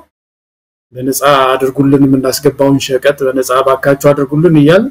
ስንለምን የቆየን ሰዎች ነን መንግስት ሲማልድ ነበር እንቢ ተብሎ ነው የቆየውና አሁን ሲጨምር እንደውም እንደድል እናያዋለን ሊባል አይችልም ማለቴ ነውና አጠቃላይ ተጽዕኖ ከባድ ነው መሳይ ብዙ ነገር ነው አሁን የዩኤስኤአይዲ ማቆም ባለፈው ሪፖርተር ጋዜጣ ይመስለኛል በብዙ ሺህ የሚቆጠር ሰው ነው አፌክትድ ይሆን ግን ችግር የለባቸውም እነሱ መንግስት ብዙ ፕሮጀክት ተዘግቷል ብዙ ሰው ስራ አጥቷል እነሱ ግድ የላቸውም እንጂ የሚያስብ መንግስት ብዙ ያስጨንቀዋል መሳይ አሁን የመጡ ለውጦች ተዘጋጅተናል ያሉት በነገራችን ላይ የዩኤስኤአይድ የአሜሪካ የተራድኦ ድርጅት ኢትዮጵያ ውስጥ እንግዲህ ከዓለም ከዩክሬን ቀጥሎ ናት ኢትዮጵያ 1.7 ቢሊዮን ዶላር ነው በብዙ በአይነትና በገንዘብ ድጋፍ ያደረገ ሰፋፊ ነገሮችን እየሰራ ያለውና ይሄ ሲቋረጥ በአንድ ጊዜ 5000 በጤና ሚኒስቴር ብቻ 5000 ሰራተኛው ነው ስራ የተቀነሰው ግን እነሱ ተዘጋጅተናል ይሉታል ምንድነው የተዘጋጁት እንዳልከው ነው አንዳንድ ጊዜ የሌላቸው ምንድነው አንድ አይጥ ዞን ካልሆንኩ ብላ ብትወጣጠር ትፈነዳለች እንጂ ዞን አትሆንም እንደዛ አይነት ነገር ነው የአብይ አህመድ ባለስልጣናት ጋር ምናየው ስንዴ ሲከለከሉ ለነቀዘ ስንዴያቸው ይላል ሽመልስ አብዲሳ አሁን የአብይ አህመድ ባለስልጣናት በዚህ ደረጃ ነው አሁን 10% ታሪፍ ቀረጥ ኢትዮጵያ ላይ ተጨመረ ተብሎ ለኛ ይሄ ምቹ አጋጣሚ ነው የሚል የድንቁርና መልስ መስጠት ማለት እውነት ለመናገር ከዚህ በለጠ መገለጫም የለውምና ለማንኛውም በዚህ ደረጃ የሚገለጽ ነው እንዳልከው አጓ ከቀረጥ ነፃ ከሆነው ራሱ ኢትዮጵያ ከታገደች 2-3 አመት አልፏታል አሁንም ድረስ ወደዛ ድል አልመጣችም አሁን ደግሞ ሌሎች መታስገባቸው ምርቶችን ከዚህ ከአጓ ውጪ መታስገባቸው ምርቶችን 10% ቀረጥ ተጥሎባታል ይሄ ለኛ ምቹ አጋጣሚ ነው የሚል ምላሽ ሲሰጥ እንግዲህ ወይ ማንጋ ነው መደናገሩ ያለው እኛ ጋር እነሱ ጋር ብለን ጥያቄ እንድናነሳ የሚያደርግ ነው ገለታው ጨርሰናል አመሰግናለሁ ገለታው በዚህ የዛሬውን ዝግጅት እናበቃለን አብረን ስለቆየን እንግዲህ በተመልካቾች ስም አንተንም አመሰግናለሁ ተመልካቾቻችን በዚህ የዛሬውን ስርጭት አበቃን ለቆይታችሁ ምስጋናችን ከልብ ነው ኢትዮጵያ በክብር ለዘላለም ትኑር ተነስተልን